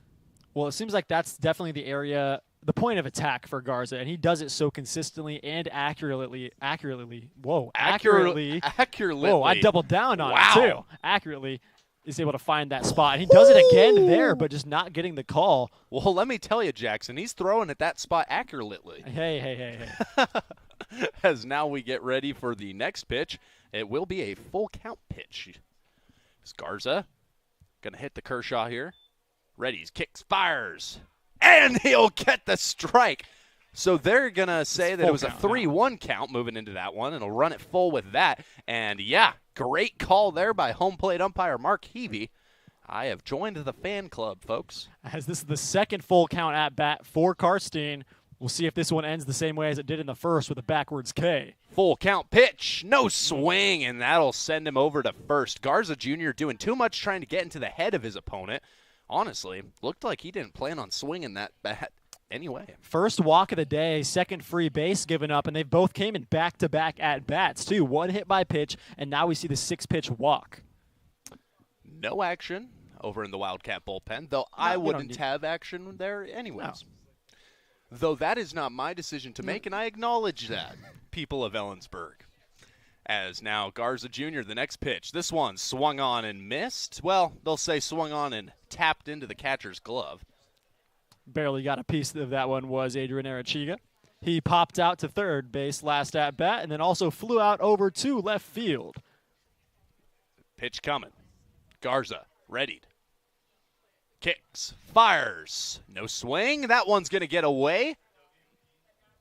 And now runners on second and third. 2 outs still here in the top of the 5th. Yeah, wild pitch there, but good job of Helm to get in front of it so it didn't hit the backstop, but it still resulted in what the same result would have been anyways, in runners moving forward 90 feet. 2 runners in scoring position now for Arachiga. Jonathan Garza the second. Big chance here. Get through 5. Swung on, that one popped up, and it looks like it'll find its way out of playable territory, but... No, he didn't. He didn't catch it. Wow. And that's unfortunate. You could see the glove go up just from our vantage point there for a slight second, but as you said, wasn't able to make that grab. So now Garza Jr. will go back to work. You can see him popping the hat off there, folks. If you haven't picked up on it yet, it's a 70-degree day out here in Ellensburg. So not the typical weather that we are used to, especially halfway through April. Yeah. I remember last year it snowed in April. As here's the next pitch. This one's going to be slapped over to third. Ponce, the throw, beats him. Yeah. Did he throw up the fist? Foul ball, man. Wow. I thought that was fair. It looked like it was skipping across right inside of the line. I thought Ponce did a good job of backhanding that, getting it into his glove before it went foul. But heck of a throw on his part, too, and a good stretch at first base from Andrew Sharp. It does them no good, but good practice, I guess, what you can take away from that. Yeah, I mean, I could not tell in any way, shape, or form. I didn't see the hands thrown up for foul. I didn't see nothing. I think that was a call that was made by one of the umpires, maybe not the rest of them, which is something that you see frequently, but also, wow. You've seen that frequently, too. Another strikeout. Give him number 6 on the day. He's 1 away from filling up the 1 for 1, if you will. And quite frankly, Jackson, I am anticipating a couple more than that. Folks, we'll be back in just a moment for the bottom of the 5th.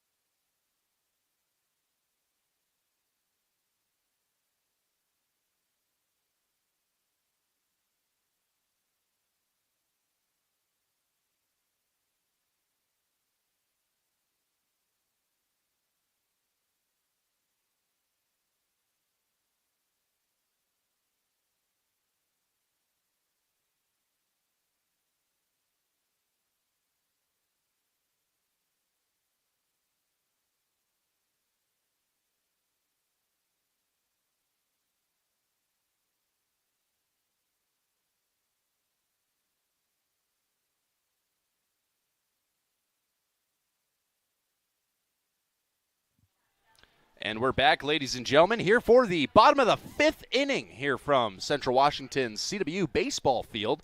I wish that we had a namesake, Jackson. Me too. I really wish we did. Maybe that one's laced up the middle as Ben Lead continues on his hot hitting day. I was going to say maybe they call it Gildersleeve Field, but Lead might have just stolen away my naming rights as we go. Oh, my. Ben Lead baseball field. Yeah, that's what it's looking like this game. That's what, yeah. I mean, shoot, both games. Well, one game. More this game. Yeah, that's fair.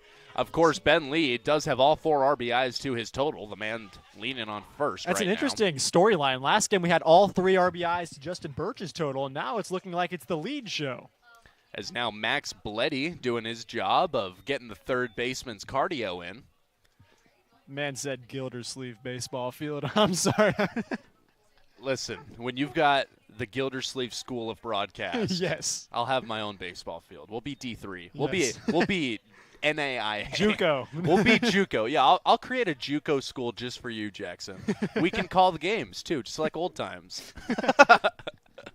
As now we are still seeing pitches thrown from Ernesto Lugo Canchola. We'll yeah, see I if mean, he's ever since able- that grand slam, he's really tightened things up so far. As this one's going to be hit out into left field, it looks foul, and it'll drop foul. So just like that. Well, ever since that first inning, he's only allowed, looks like 3 hits so far, which he allowed 4 total runs in the first inning from that grand slam. But a couple of those guys who got on board were via bunt, 1 via walk, and the only one that came home or only 2 that came home and scored actually hit the ball. Right. So, Yeah. As now, once again, showing bunt is Bleddy. He's going to pull it back and watch strike number 2 as that one falls down the can. Throwing the off-speed at him is probably what you want to do here. I mean, I don't know about you, Jackson, but whenever I see somebody showing bunt, my immediate thought is throw him a curveball now. get some movement on it. Yeah. You want as much movement as possible. You can't hit a ball that's moving with the bunt, as that's going to be 6-4-3 double play. So they send him down just like that, and we've got the next man coming up. It'll be Brady Hinkle as the DH looks to keep the Wildcat inning alive. Hinkle in his last at-bat did strike out on 4 pitches. It was a 1-2 count where eventually swung at one that you could tell he was not a fan of. He just kind of chased after it to keep the at-bat alive, but wasn't able to get any bat on it. Looking for a little bit of improvement here in this at-bat compared to the last one. Pitch coming, no swing. So that'll be ball number 1. And yeah, like you said, Jackson, Brady Hinkle. He's got all kinds of opportunity here. Now, it's what he does with it that's up to him, and we'll see here as the next pitch comes from Canchola. He's going to watch that one, low on the ground for a ball. 2-0 count. Yeah, I've been very interested with watching Canchola kind of as this game goes along. He's really stayed calm up there on the mound, hasn't really fretted too much. As that one, a ball off the outside edge. So 3 straight balls to start it off. I say that, and now he's thrown 3 straight balls. Hey, well, what can I say, Jackson? Maybe you need to keep talking. The greatest pitcher in the GNAC. Yeah. As he'll Oh. Okay. 3-1 count now. I said that sarcastically, but it really might be true. Well, if you're looking at statistics coming into today, I think so. If you're looking at statistics coming out of today, it'll be harder to make Well, that yeah, and argument. there's a very solid chance that if the Wildcats are able to finish off this game at the pace that they've been playing at so far, he's going to have his first loss on his record. Yeah. 3-2, full count. Swung on, foul. Good job by Hinkle. Like as I said, you're just looking for sometimes when you have at-bats, like when you just bunted in the first inning as a catcher, you're typically not doing that all the time, and then you strike out on a quick at-bat the next one. You're just looking for improvements going into that next at-bat, and I think his plate vision has been very good so far in this one. Next pitch is popped into right field. It's a pretty routine play, and that'll be it for the Wildcats in the bottom of the 5th. When we come back, we'll be with the top of the 6th.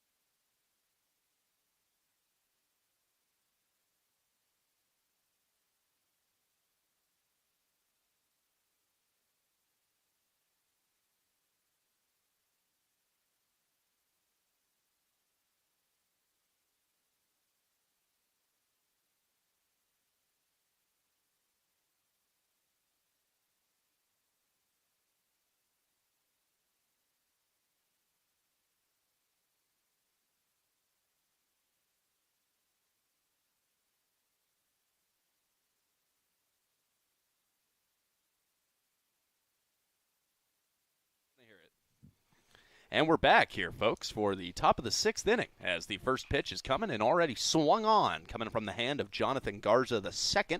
That one swung on and fouled back by Chris Enriquez. Yeah, Enriquez hitting .291 on the season, struck out in his last at-bat on 4 pitches, and then had a base hit to start off the inning in the second. So he'll watch a ball there, 1-1 now the count. Yeah, Enriquez is someone who we've kind of been anticipating a big hit from as he's come up to the plate. Has a few home runs to his name on the season, solid amount of RBIs as well. As this one's going to be sent into center field. Now a runner on first and nobody out. Well, he went 0 for 3 last game and comes into this matchup now 2 for 3 in this one. Now, correct me if I'm wrong, Jackson, but is he the runner that scored that last go-around? No, he was not. Okay. That runner that came around and scored was Carter Walsh. But he did get around to third base, but eventually was stranded over there. Right.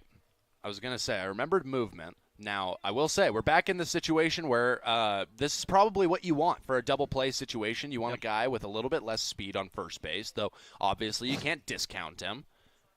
This pitch coming from Garza is going to be taken for a high ball. Yeah, I mean, listen, here's the deal. You got a good catcher behind the dish. You got someone who can throw a man out. If he runs, then he runs. If he doesn't, then you got to get him on the ground. Well, I'll tell you what. I don't think Enriquez is running here. I hope he does. I guess he doesn't really have an opportunity anymore, but that'll be a caught ball out in center field. Just like that, your Wildcats are one ground ball away from getting out of the inning. Yeah, and we're already in the top of the 6th right now. This game's flying by compared to that last game. We saw a ton of runs being put up on the board, a flood of runs put up on the board by NNU. This game, it's kind of looking a bit low scoring, and Garza's really dealing out there on the mound.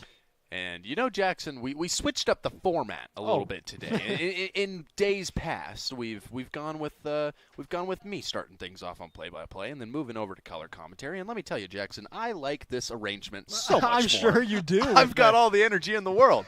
A nap? No. Who needs it?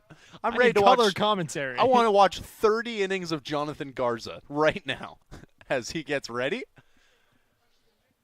Kicks. Fires. Swing and a miss. There you are. Fooled the batter at the plate big time. Brubaker had no clue what he saw. Well, there was a lack of swing and misses in that last game. Garza is changing that quickly. They're swinging and missing everywhere so far this matchup. Yeah, I mean, this game is just chock full of great pitching. Both sides, really, as this one's going to be swung on and poked foul. I mean, listen, obviously we saw that outlier first inning from the Wildcats. They came out, put 4 runs on the board in a big way, and I mean, ever since then, you really can't take a whole lot away from Ernesto Lugo Conchola. And then you look at the Mariners. Whoa. You look at the Wildcats. Sorry, if it was the Mariners, we'd be losing.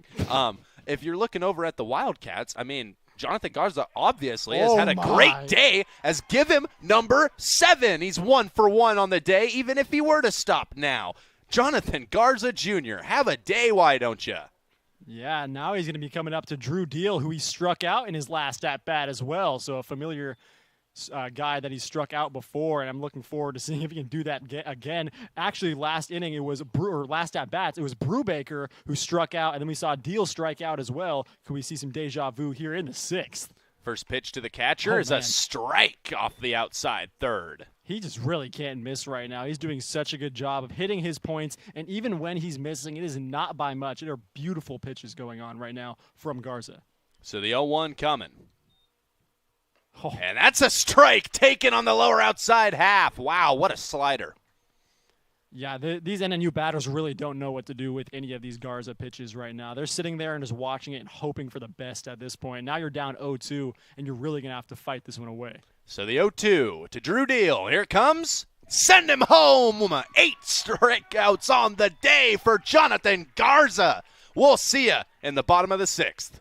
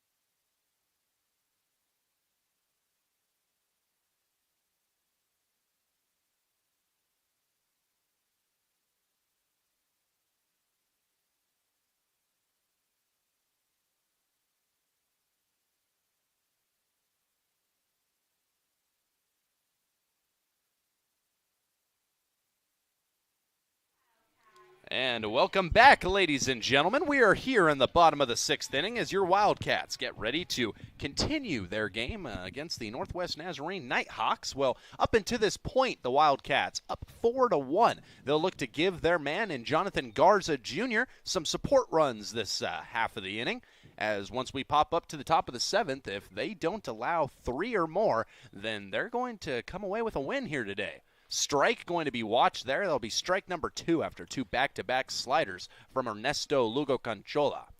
Sharp in his last at-bat launched a fly ball over the head of the center fielder. He couldn't track it down, resulting in a double for him. And this one's going to be sent out to center field. High fly ball. Oh. That'll drop! Center fielder, a lot of effort, just unable to reel it in. No, he was moving so fast, the hat flew off, and I mean, such a hard effort there that comes away with nothing. Sucks to see for him, but good job by Andrew Sharp to bloop that one into the perfect spot where neither the shortstop or the center fielder could get to it. And now we see Travis Helm, who is 0 for 2 on the day, flew out to left field, struck out looking on a full count pitch, which he was not happy about. We'll see if he can change up a little bit here. And he's going to show bunt. Pitch coming from Canchola. And that one's going to be put down the right side. First baseman will get the out unassisted. And the runner moves to second. I was looking for the Jorge Polanco spin cycle there. Yeah, right. Oh, my. Well, coming up next, folks, is going to be Justin Birch. If you don't remember last game, he was just about all of it for the Wildcats. Yeah, as he hit 2 home runs, amounted for 3 RBIs. And he's got a hit this game as well. Was able to get one into the outfield in his last at-bat, advanced over to second before the inning ended, but did pop out to shortstop as well. So we'll see if he's able to barrel it up a little bit more here. As he's going to put a big swing on the first pitch. Like you said, Jackson, he will not watch one of those go by, as now he'll await the next couple. Well, being such an aggressive batter plays to his benefit as well, because we see pitches where he's swinging in the first pitches of the at-bat, and he takes one for a ride over the fence as well. Wow! Gross. High slider. You hang it. Typically there's an end to that sentence, but he did not fulfill. So just like that, that's going to be 0-2 count. Or, yeah, I believe so. Yeah, back-to-back, or not back-to-back 0-2 counts. We saw 0-2, bunt, and now 0-2 once again here in this inning. Pitch now coming. Swung on and missed. Yikes, that was a gross outing or at-bat there for Conchola. Yeah, I mean, he's just doing a great job. Let me tell you, if it wasn't for giving up those runs in the first, I think that he was coming away from this one with a major win. And they're going to come out and talk to him. I can't imagine this would be a decision they want to make. Seems like it's just going to be a conversation, talking about how they're going to go about Marcus Manzardo in this at-bat, it seems like. Well, I'd suggest that the coaching staff was looking for a tan, but the UV's only 2 out there, Jackson, so that doesn't even make sense one way or another. He was looking to just get some sunlight out of the dugout. Yeah. We'll be back in just a moment.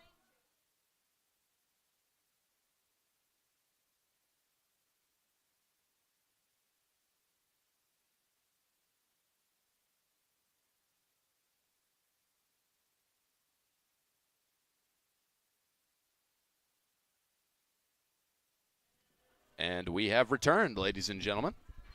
You can hear the sweet serenade of Aaron May over the speakers here, as now up to bat and getting ready to swing it once more is going to be Manzardo. That first pitch will come in for a ball. They'll say he held up. That was a call. Well, his last at-bat, he bunted, sack bunt, advanced some runners, but otherwise he got hit by a pitch in the second inning and then had a base hit to start off this game where he eventually was the first run to come around and score on that grand slam. Next pitch going to be taken for another ball, so a good eye on Manzardo here. You have to wonder if the umpires behind the plate know of his brother. Kyle, yeah. I mean, Marcus Manzardo's brother, Kyle Manzardo, obviously playing for the Cleveland Guardians and had a big run in the playoffs last year as well. As he'll watch a strike there. So cool to see Marcus here playing for the Cats. It's always cool. I mean, you love to see a little bit of family legacy running through the tree. So 2-1 count now to Manzardo ahead here. No swing on that one, as it's going to be just a bit outside. Yeah, it looked like he wasn't really prepared to swing at that pitch regardless. Finds himself way ahead now. Opportunity for a open spot over there at first base for him. Pitch now coming. Kicks, fires. No swing, and that'll be strike number 2. There we go. See, Okay. we see the hesitancy to throw the bat that time. Let's keep our head on straight now, partner, as Manzardo getting ready. That's going to run the count full for him. He had some words for the umpire, which maybe direct internally for a little bit, as he's going to strike out on that one. So not a whole lot that you can say there. One way or another, folks, that'll do it for the Wildcats in the bottom of the sixth. When we come back, we'll have the final chance for your opposing Nighthawks to pick up 3 or more runs. If they don't, it's going to be a Wildcat win. We'll see you in just a moment.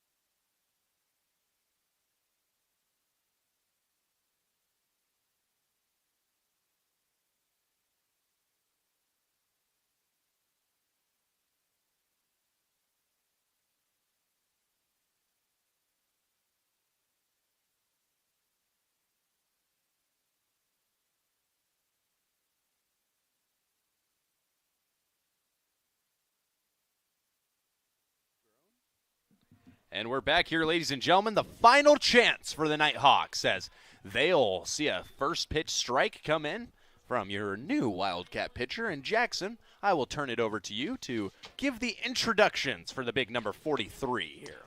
Yeah, it's going to be Hagee on the mound. This one's going to be hit over to third base. Then will they say it was a foul ball? It appears as though they may. Well, Garrett Hagee's the man on the mound now with a 4.8 ERA. He's appeared in 11 games, all of them as a reliever. 15 innings pitched, 15 hits allowed, and a 246 opponent batting average. Has allowed 1 home run on the season, a few doubles, and 7 walks to 8 strikeouts. So the Wildcat closer, you could call him here, as he comes in to shut the door on the Nighthawks, the number 1 team in the GNAC, the number 14th ranked team in all of D2 baseball. And your Wildcats with a chance here to pull off what not a lot thought was going to happen here today, as this one will be a ball in the left-handed batter's box. And that'll make it a 1-2 count. As now the next pitch coming. That's one fouled back. And yeah, you got to be interested here as to the pitching flow. Obviously, your closing pitcher coming in, and you got to respect it. Though, when you move off of a guy like Garza, who is so consistent throughout the rest of the game, it does shake you up a little bit. Here's the pitch from Hagee. Swung on, popped up, right field, should be there for it. It is in foul territory, but now it's in the glove of Andrew Sharp.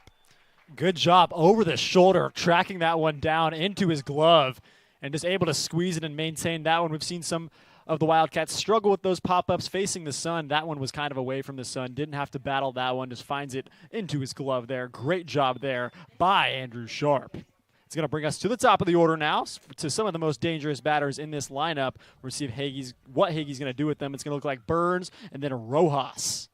Pitch to Burns. No swing. Oh, bold take there from him. We've seen that called plenty of times today, but he's going to see that one go as a 1-0 count for him. So now 1-0 for Hagee. Kicks, fires. That one in the dirt. Give that a 2-0 count now to Burns. His last at bat, he grounded up the middle up to Jonathan Garza, where he was able to flip it over to first. That one, a strike on the inside. So a 2-1 count now.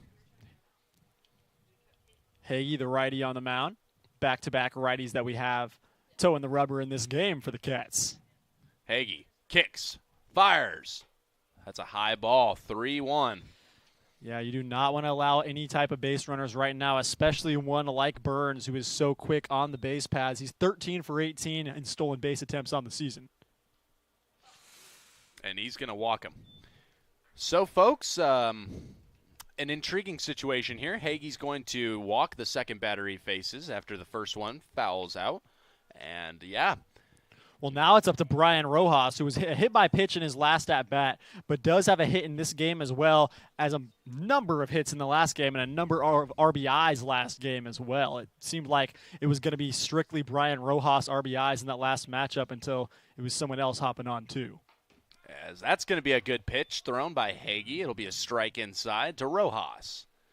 And, you know, you would prefer it doesn't make its way down to Adrian Archega, as that would not be fun for the Wildcats. No. It truly would. The cleanup hitter is not where you want to be with the game on the line. No. That pitch coming. This one fouled off. So make it a 2-strike count, I so believe. Yeah. 0-2 count now to Rojas, a position he hasn't found himself in too often today. No. Usually doing a good job of getting ahead in the count. But then again, he was facing different pitchers last game, and then now was struggling a little bit with Garza, and we'll see what he's able to do with Hagee. 2-strike pitch coming from Hagee. Here it comes. Swung on. Hit to second. And he's going to get the easy out at first. They won't get the out at second. But now they've got two and a chance to put this game away if they can make it past Caleb Karpstein. Karpstein on the season is hitting nearly 400 as a sophomore too. So just a really good season for him. And it's going to be important he uses that average to get on base or at least bring one run home to cut this deficit to 2. But that's not going to do it. They need 3 more runs in the span of an out. Yeah, I mean, this is not the situation you want to be in if you are Northwest Nazarene. It's not the most comfortable situation to be in if you're Central Washington. At the end of the day, this is good baseball. This is what you want to watch, folks. You are sitting in a game that is striking distance, maybe not with the current layout of the field, but with one more batter, it could turn into something different. Pitch coming from Hagee. Taken for a strike low. Great control on that first throw. Yeah, I mean, I would have definitely liked to see Garza come in and finish this game just based on how strong he was throwing, and I think he deserves to have this complete game. But in terms of getting the proper closer in to finish off this game, it seems like there's a chance that Hagee is one of those guys that is one of the best arms out of the bullpen. Oh, man, the announcer's jinx. It's twice now. I'm 2 for 2 today. Well, folks, the blood rate goes up just a little bit as I'm seeing that. Now runners on first and second base, and a chance for them to tie the game as their cleanup hitter, Adrian Archega, comes up. I was going to say, so you said one guy we don't want to get to right now, and we found ourselves in this position. Archega with a great play in the outfield last game. Didn't do as much with his bat, but so far today he is actually 0 for 3, Ryan. So see if we can maintain that rate for him. Whoa. So runners on first and second. Tying run at the plate. Pitch from Hagee. Swung on and hammered out to left. There was a reason that I said not to let it get to him. Game is tied. 3-run bomb to left. Northwest Nazarene doesn't go down that easy. I cannot believe what I just saw. Cleanup batter spends no time. First pitch he sees, he sends it for a ride over that left center fence. Kiss that one goodbye. We've got ourselves possibly another inning or 2 of baseball, Ryan. Yeah, let me tell you, Jackson, at the beginning of the inning, I came in and I led with this. I said that I wasn't going to give my opinion on managerial decisions. At the end of the day, the simple fact of the matter is Garza should have been pitching. I agree. I completely agree. That was what is it? What was going to happen the whole time. That's literally what was going to happen the whole time. Well, now we're up to Enriquez, who had a base hit in his last at-bat, but and now he's going to hammer one into right, and it looks like he's going to head to second, and he's going to get in there safely. Madness in this 7th inning. 2-out heroics from the Nighthawks. I can feel the cracks in my heart widening with every pitch. Man, this is something. Coach Story's going to come out for a conversation. We're going to have one too. Believe me, we'll be back in just a moment.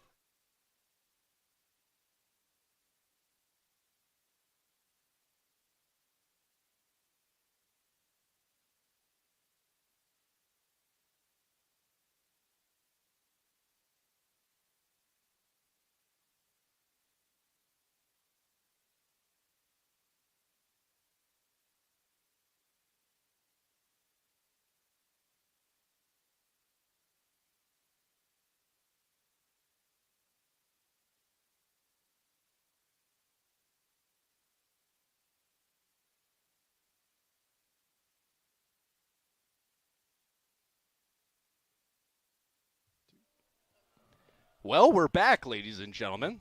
We're in the top of the seventh, I'll tell you that much. Game is tied, 4-4. So 2 outs, and like I said, 2-out heroics so far for the Nighthawks, and now it's going to be up to Callan, who had a couple of doubles last game with a runner in scoring position. As there's a strike, Hagee really needs to throw those right now. A rough situation to lead it up to here. Jonathan Garza pitching a gem throughout the day, made it through all 6 innings of only 1-run ball, and then he gives up the ball, and just like that, we're tied here in the 4th, folks. Looks like some discomfort from Callan right now. Home plate umpire Heavey is having some conversations with him. But, I mean, you cannot leave one of those hanging, especially to the 4-hole hitter. He left it right over the plate, and he took complete advantage of it. First pitch he saw of the at-bat, too. He was looking for that exact pitch, and he served it up to him on a platter. Yeah, sometimes, Jackson, things just happen. They sure did. You don't got nothing nice. As here's the pitch from Hagee. This one's going to be fouled off.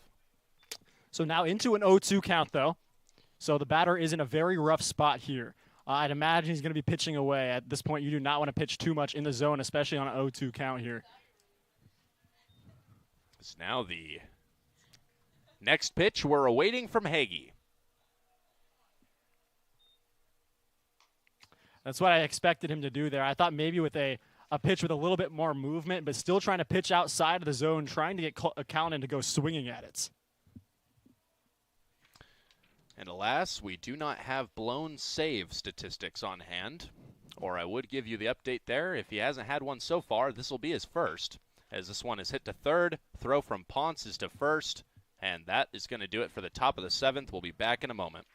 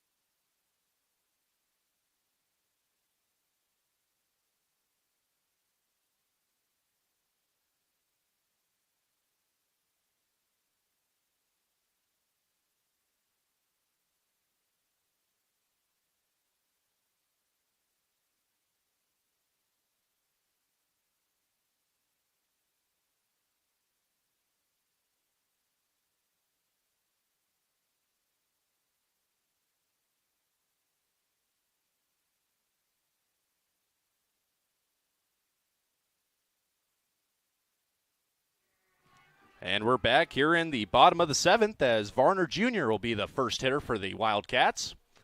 Pitch coming. This one swung on and missed. And that's going to be strike number 1.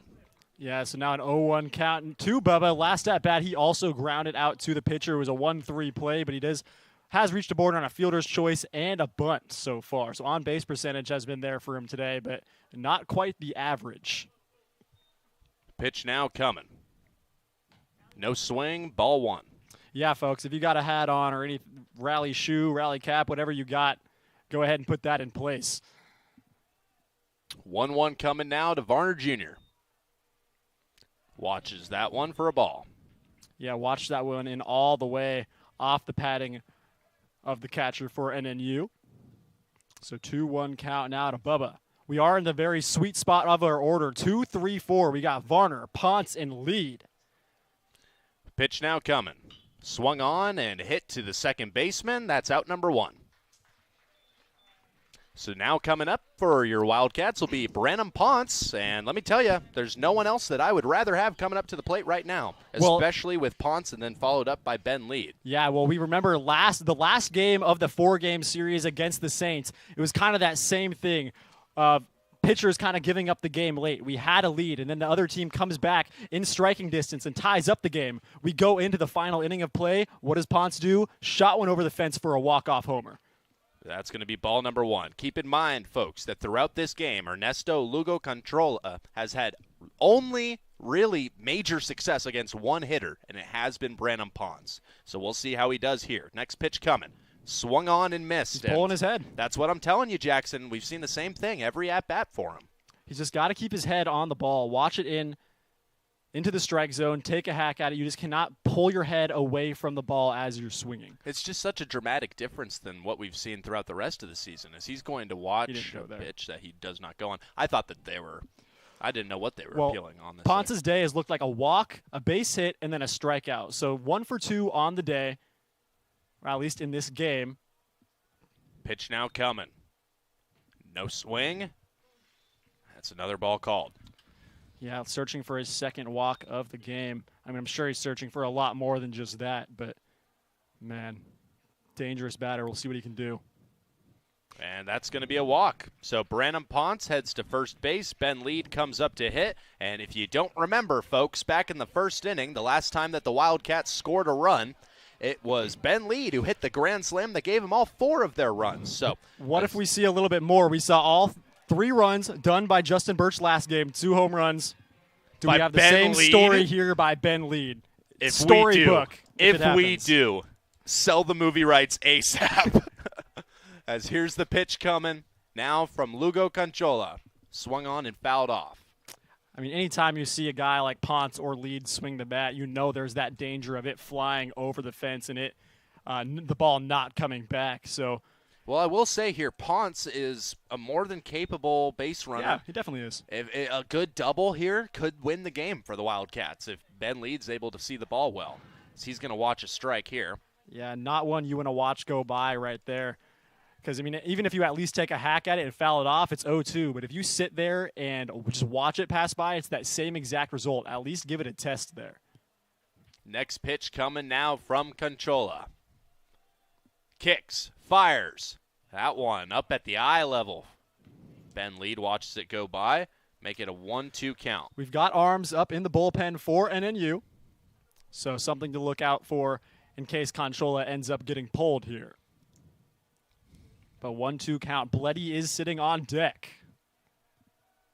Next pitch coming. Kicks. Fires.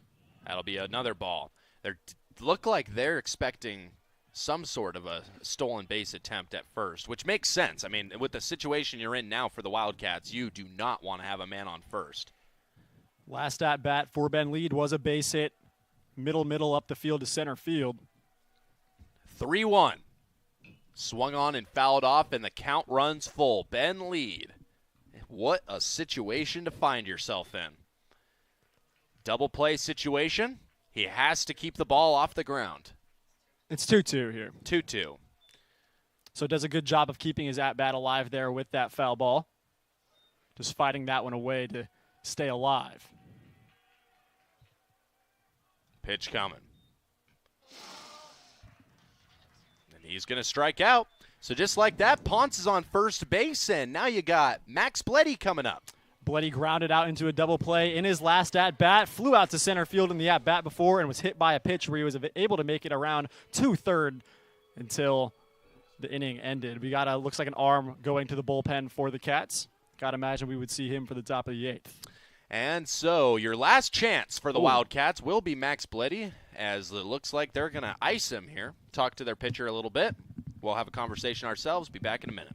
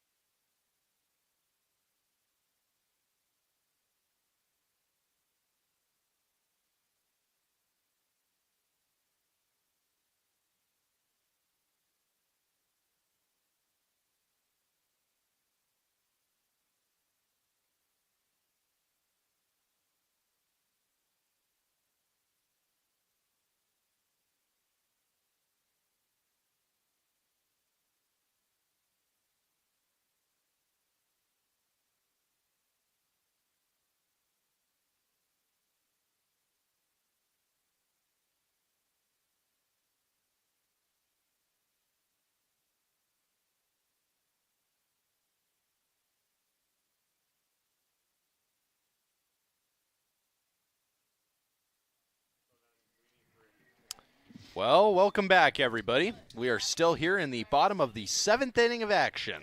Well, we've got a new man on the mound as well. Wade Dunk with a 2.5 ERA, 10 appearances, and all of them in relief. 17 innings pitched with 23 strikeouts to just 1 walk. Wow, that is a stat line right there. Pitch coming, and it's going to be attempted on, but no swing. Ball 1. So 101 pitches ends the day for the starting pitcher. Ernesto Lugo Conchola. 101 pitches, north of that 100 mark. Well, the next pitch coming now from the new arm. Swung on and missed.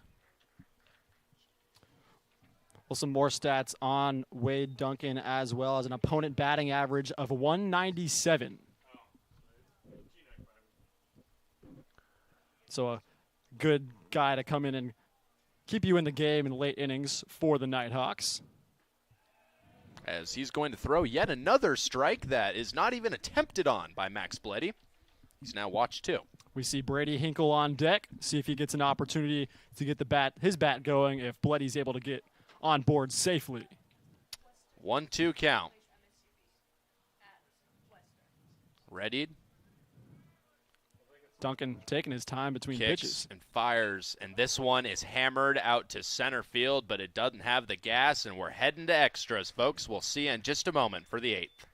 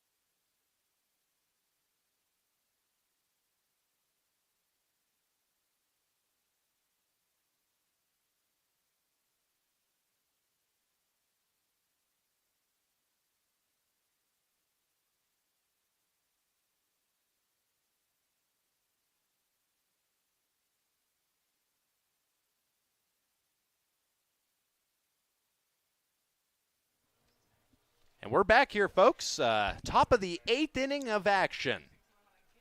Yep. First pitch coming. Swung on, and that one's popped up. It'll find its way into the concrete, and that'll be strike number 1. It's Cole Callanan up to bat right now, as on deck is going to be Brubaker and then Drew Deal. With this game going into extras, and imagine both teams are going to be reaching a little bit farther into their bullpen. We'll see how this affects these next 2 games tomorrow. As this one's hammered off the leg of the pitcher, and the throw from short will not make it in time. So now a man on first and nobody out here in the top of the 8th.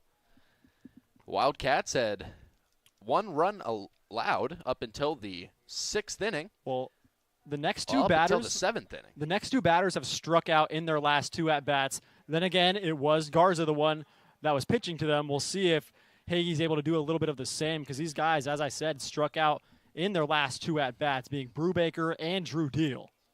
I will also acknowledge that there's a very different feel coming off the bump here between Garza and our current pitcher in Hagee, as he's going to get the check swing strike.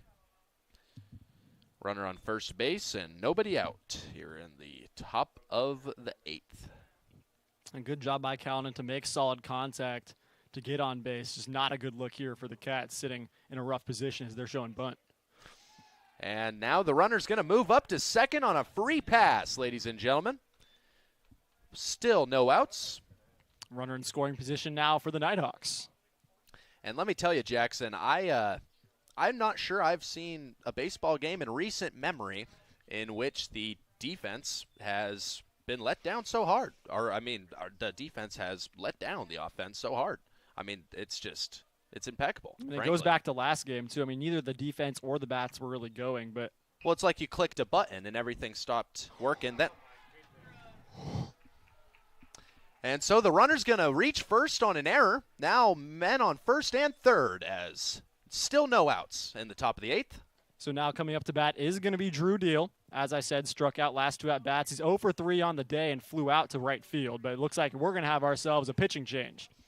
Yep, we're going to let him have a conversation. We'll be back.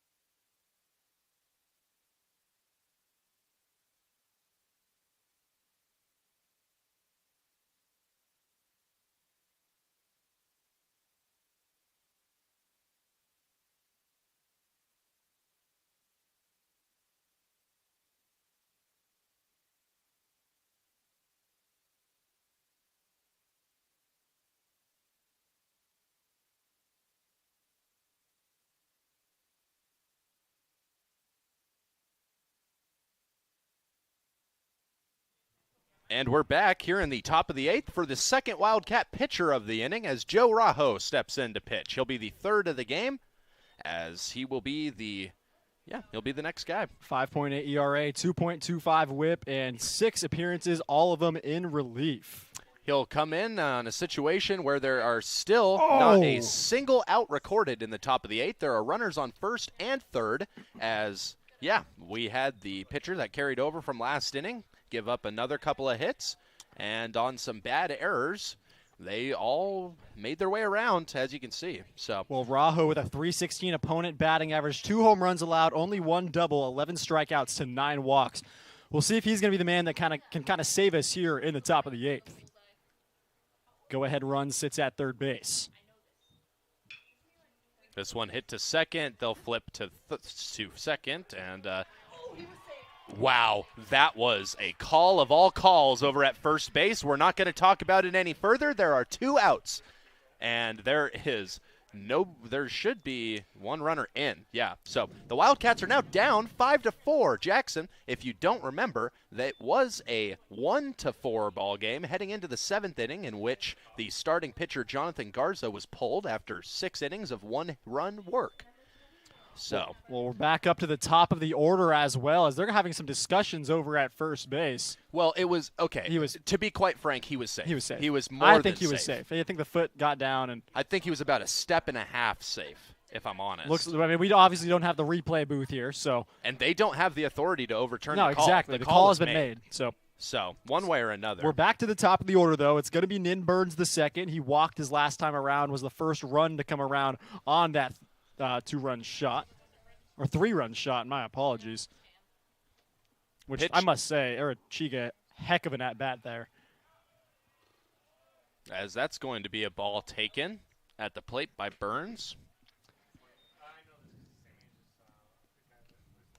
So the bases are open now. Obviously had that 1 run come across, but got the double play a moment ago. Next pitch is swung on and missed. Hey, you want to know one positive from this, Ryan? We can see the scoreboard at this point now. If you want to take that as a positive. Makes life easier. That is one of the things that has happened today, Yes, Jackson. one of the things. That is one of the things. It is always very interesting, though, being at the baseball field and seeing the softball scoreboard better than the scoreboard here. But that's another conversation for another time, brother. One way or another, Joe Rajo still pitching, 2-1 the count. And 2 outs. On deck is Brian Rojas. One would hope that he doesn't get a chance to hit again, though pitch coming. That's going to be a ball. 3-1 count now. In his last at-bat, as I said, he walked but also grounded out to the pitcher in the 5th, flew out to right field in the 3rd, and flew out to center in the 1st. So 0 for 3 so far. 3-1 from Rajo. This one to short. And another poor, and not only poor, but quite frankly, a poor defensive play at short. The 3rd of the game. The 3rd that was the most makeable play of the inning. And quite frankly, folks, there's no other way to put that. That was a bad defensive play, and that's the 3rd of the day for Birch. Yeah, I mean, if he just took a step back farther and he would have been into his glove, instead he would have had to snow cone it from just standing where he was at. Just try to have the ball come to him instead of him tracking it down. Well, it's minimal to no defensive anticipation is what it is. That ball was smoked right at him. I mean, that's a kindergarten play that you make. So a runner at first base now as we see Karstein up to bat, Rojas up to bat, and then we have Karstein on deck, and in the hole is Arachiga. Once again, hoping we don't get to that point, but we were hoping we wouldn't get here to Rajos or Arachiga earlier. Yeah. Pitch coming from Rojas. Swung on, or to Rojas, as he's going to get a base hit. And now Burns is going to roll into third base. So just like that, runners on first and third. 2 outs, and it is a 5-4 ball game. Your Wildcats are down by 1. Karstein coming up to bat now, the lefty. And no movement in the bullpen just yet for the Cats. Seems like they're going to be sticking with Rajo. Pitching to solid contact in favor of NNU so far since he's come in. Did get that double play as he came in earlier, but since that, it's really been nothing much to talk about. But then again, his defense hasn't been doing him too much favors, specifically Birch in that last at bat. That's another hit given up. So that's going to be another run in and another man on third. Once again, we got runners at the corners, and now it's 6-4. Your Wildcats are down. Yeah, just an absolute meltdown from this team. I mean, it seemed like things were going all in favor of the Wildcats up until that 7th inning, and then it just shot in the other direction. Jackson, it wasn't the 7th inning that did it. It was pulling Jonathan Garza far too early. That's what it was. I mean, the guy had thrown 75 pitches coming into the final inning of a game that was more than winnable, and then a reliever came in, gave up a 3-run homer, and now the Wildcats are down 6-4 in the top of the 8th inning. So, quite frankly, it's the sequence of events, as here's the pitch coming from Joe Rajo. And it's Arachiga up to bat, too. As this one's hit too short, and that's not going to do it, folks. In fact, that's going to bring another run in. 7-4 now your score. The Wildcats down by 3. I think it's just mind games with Birch at this point. He's just in his head, and you can tell he's not even looking towards the infield. He's embarrassed, and I'm sure that is the case. But you just got to keep your head up at this point and lock in and focus at the task in hand and just put that play behind you. Yeah, they're going to have a quick conversation. Oh, Joe Rajo doesn't want to talk to his catcher, and now he will. As, folks, we're going to send it off to, well, no, we're not, as he's going to walk his way back to home plate. This has been quite the day, ladies and gentlemen. If you've stuck with us all the way through, I applaud and thank you for tuning in today. Ryan Gildersleeve, your play-by-play broadcaster for the second game of tonight's action, alongside Jackson Roberts, who was today's action when we started. Now it's tonight's action. Yeah, it's pushed over into tonight for sure. Oh, most definitely. We're going to have to get the stadium lights on This is soon. the 8th batter of the inning as well. Mm-hmm. Pitch coming from Rajo. Swung on and missed. And this is actually a pinch hitter as well from the looks of it. I'll get you a name for him in just a moment. And I'll tell you, folks, this was Carson Berna is the one up to bat right now. 6 runs over the last 2 innings against the Wildcats. And I think that's just a testament to how good our starters are. But once you get to your bullpen, you just have to – it's very important to have those reliable guys in the bullpen as well, which doesn't seem the case so far for the Cats. Well, I mean, that's just it. You've got over 12 pitchers that you could go to in your relief, and at the end of the day, it's just a situation where it seems like they only have confidence in 1 or 2 arms. And those arms come in, and if it doesn't go well, which the numbers would suggest, then that's just the way the game goes, I suppose. And it's disheartening as this pitch is going to come in. Well, I don't know exactly Desi's order and who he prefers to come in from the bullpen, but I have some bias in terms of Blake Reese, flame-throwing sidearm pitcher, lefty. I think he has a very bright future for this team. We haven't really seen him pitch much this year. Looks like only 2/3 of an inning pitched on the season. So maybe it's for the better we haven't seen him pitch, but also I have a lot of confidence in him. As now the runner's going to steal third base without a throw. Runners on the corners. And still 2 outs.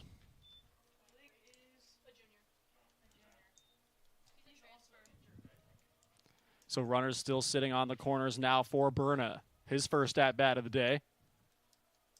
Pitch coming from Rajo. Maybe. Take it for a ball inside, and that's another stolen base. It's just a walk. So runners on every base now. And Callan's coming in for his second at-bat of this inning. Of course. We've done a full run through the order so far. Callan was the first run to come across this inning.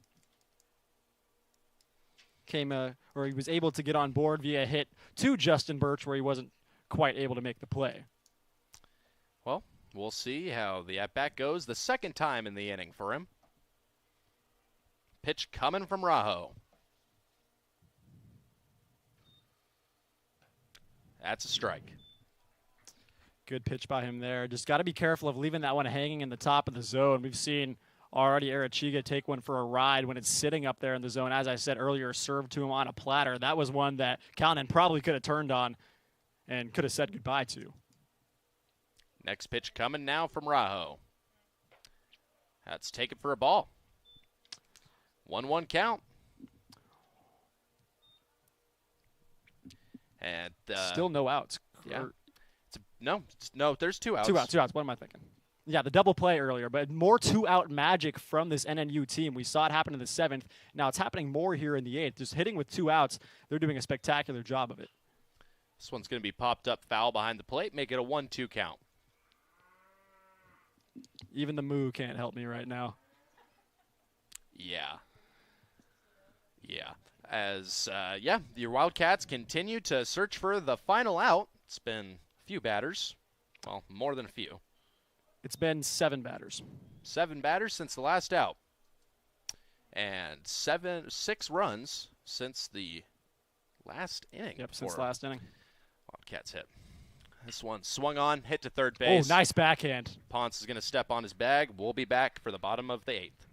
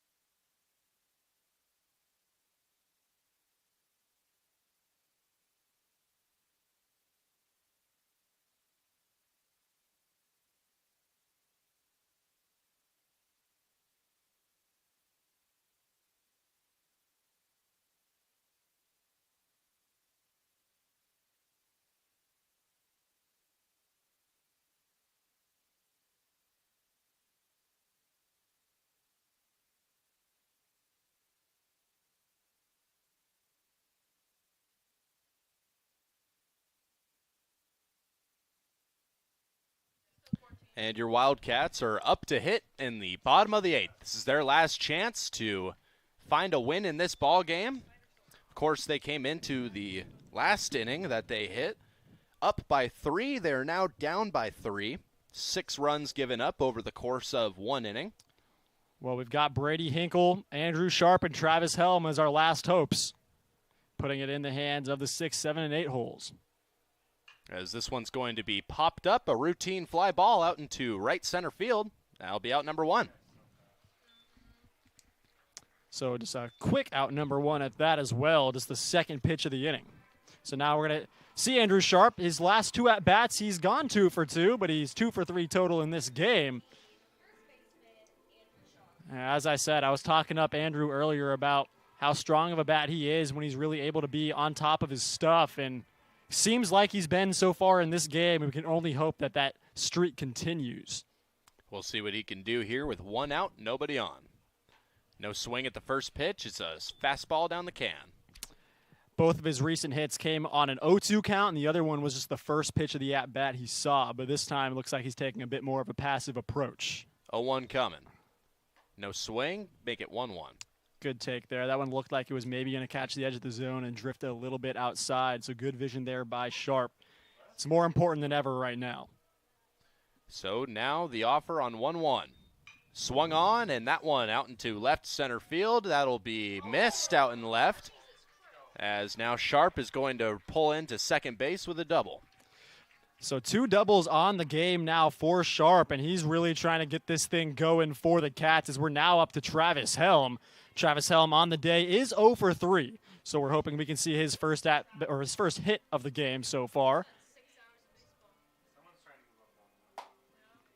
So still 1 out here on the inning, and we await Travis Helm. In the hole, we see Justin Birch, who has been a very strong bat all day, but we do know of the fielding issues that were happening in this game, especially late in the game as well. Yeah. Just got to make up for it with your bat as any way you can, really. As it's going to be a strike watched for the first pitch to Travis Helm. 0-1. So the tying run is in the hole, that being Justin Birch. 0-1 coming. Swung on. Fouled back. Make it 0-2.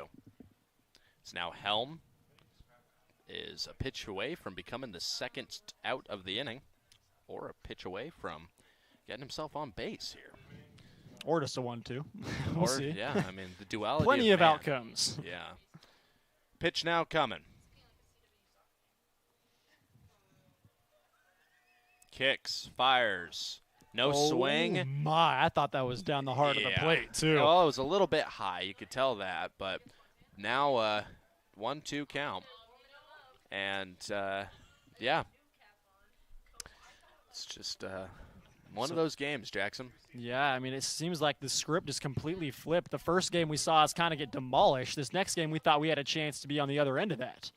And then now it's just flipping the other way. That'll be a ball watched. Make it 2-2. Yeah. We are observationalists, Jackson. 2-2 count now. 2 Helm struck out in the third and a full count looking. Got to imagine he's going to be swinging here. So he's going to watch the strikeout as didn't want anything to do with that one. And now Birch is going to come up. And he's got a chance to either be the last out of the game or to do something positive for the Wildcats here. One way or another, we hope he does it with some good effort. Yeah, at this point, we just want to see some type of contact. Birch has been doing a good job of barreling it up all day. We'll see if he can continue that trend. First pitch to him. He'll be in the dirt for a ball. If he's able to get on base here, it will bring up the top of the order. Strong part of our order. It would be Manzardo, Varner, and Ponce, although one could argue the bottom half of the order has been just as successful today. Takes a big hack and misses. Make that 1-1. Struck out in his last at-bat, had a hit, and then popped out to shortstop in the second. Not that it matters, but it is a new catcher. Pitch now coming. Swung on and fouled back. 1-2. Behind in the count now. And a chance now for the Northwest Nazarene pitcher to put this one away. Didn't think he was going to have the opportunity to. Now he's got an opportunity to win in a blowout. Pitch coming.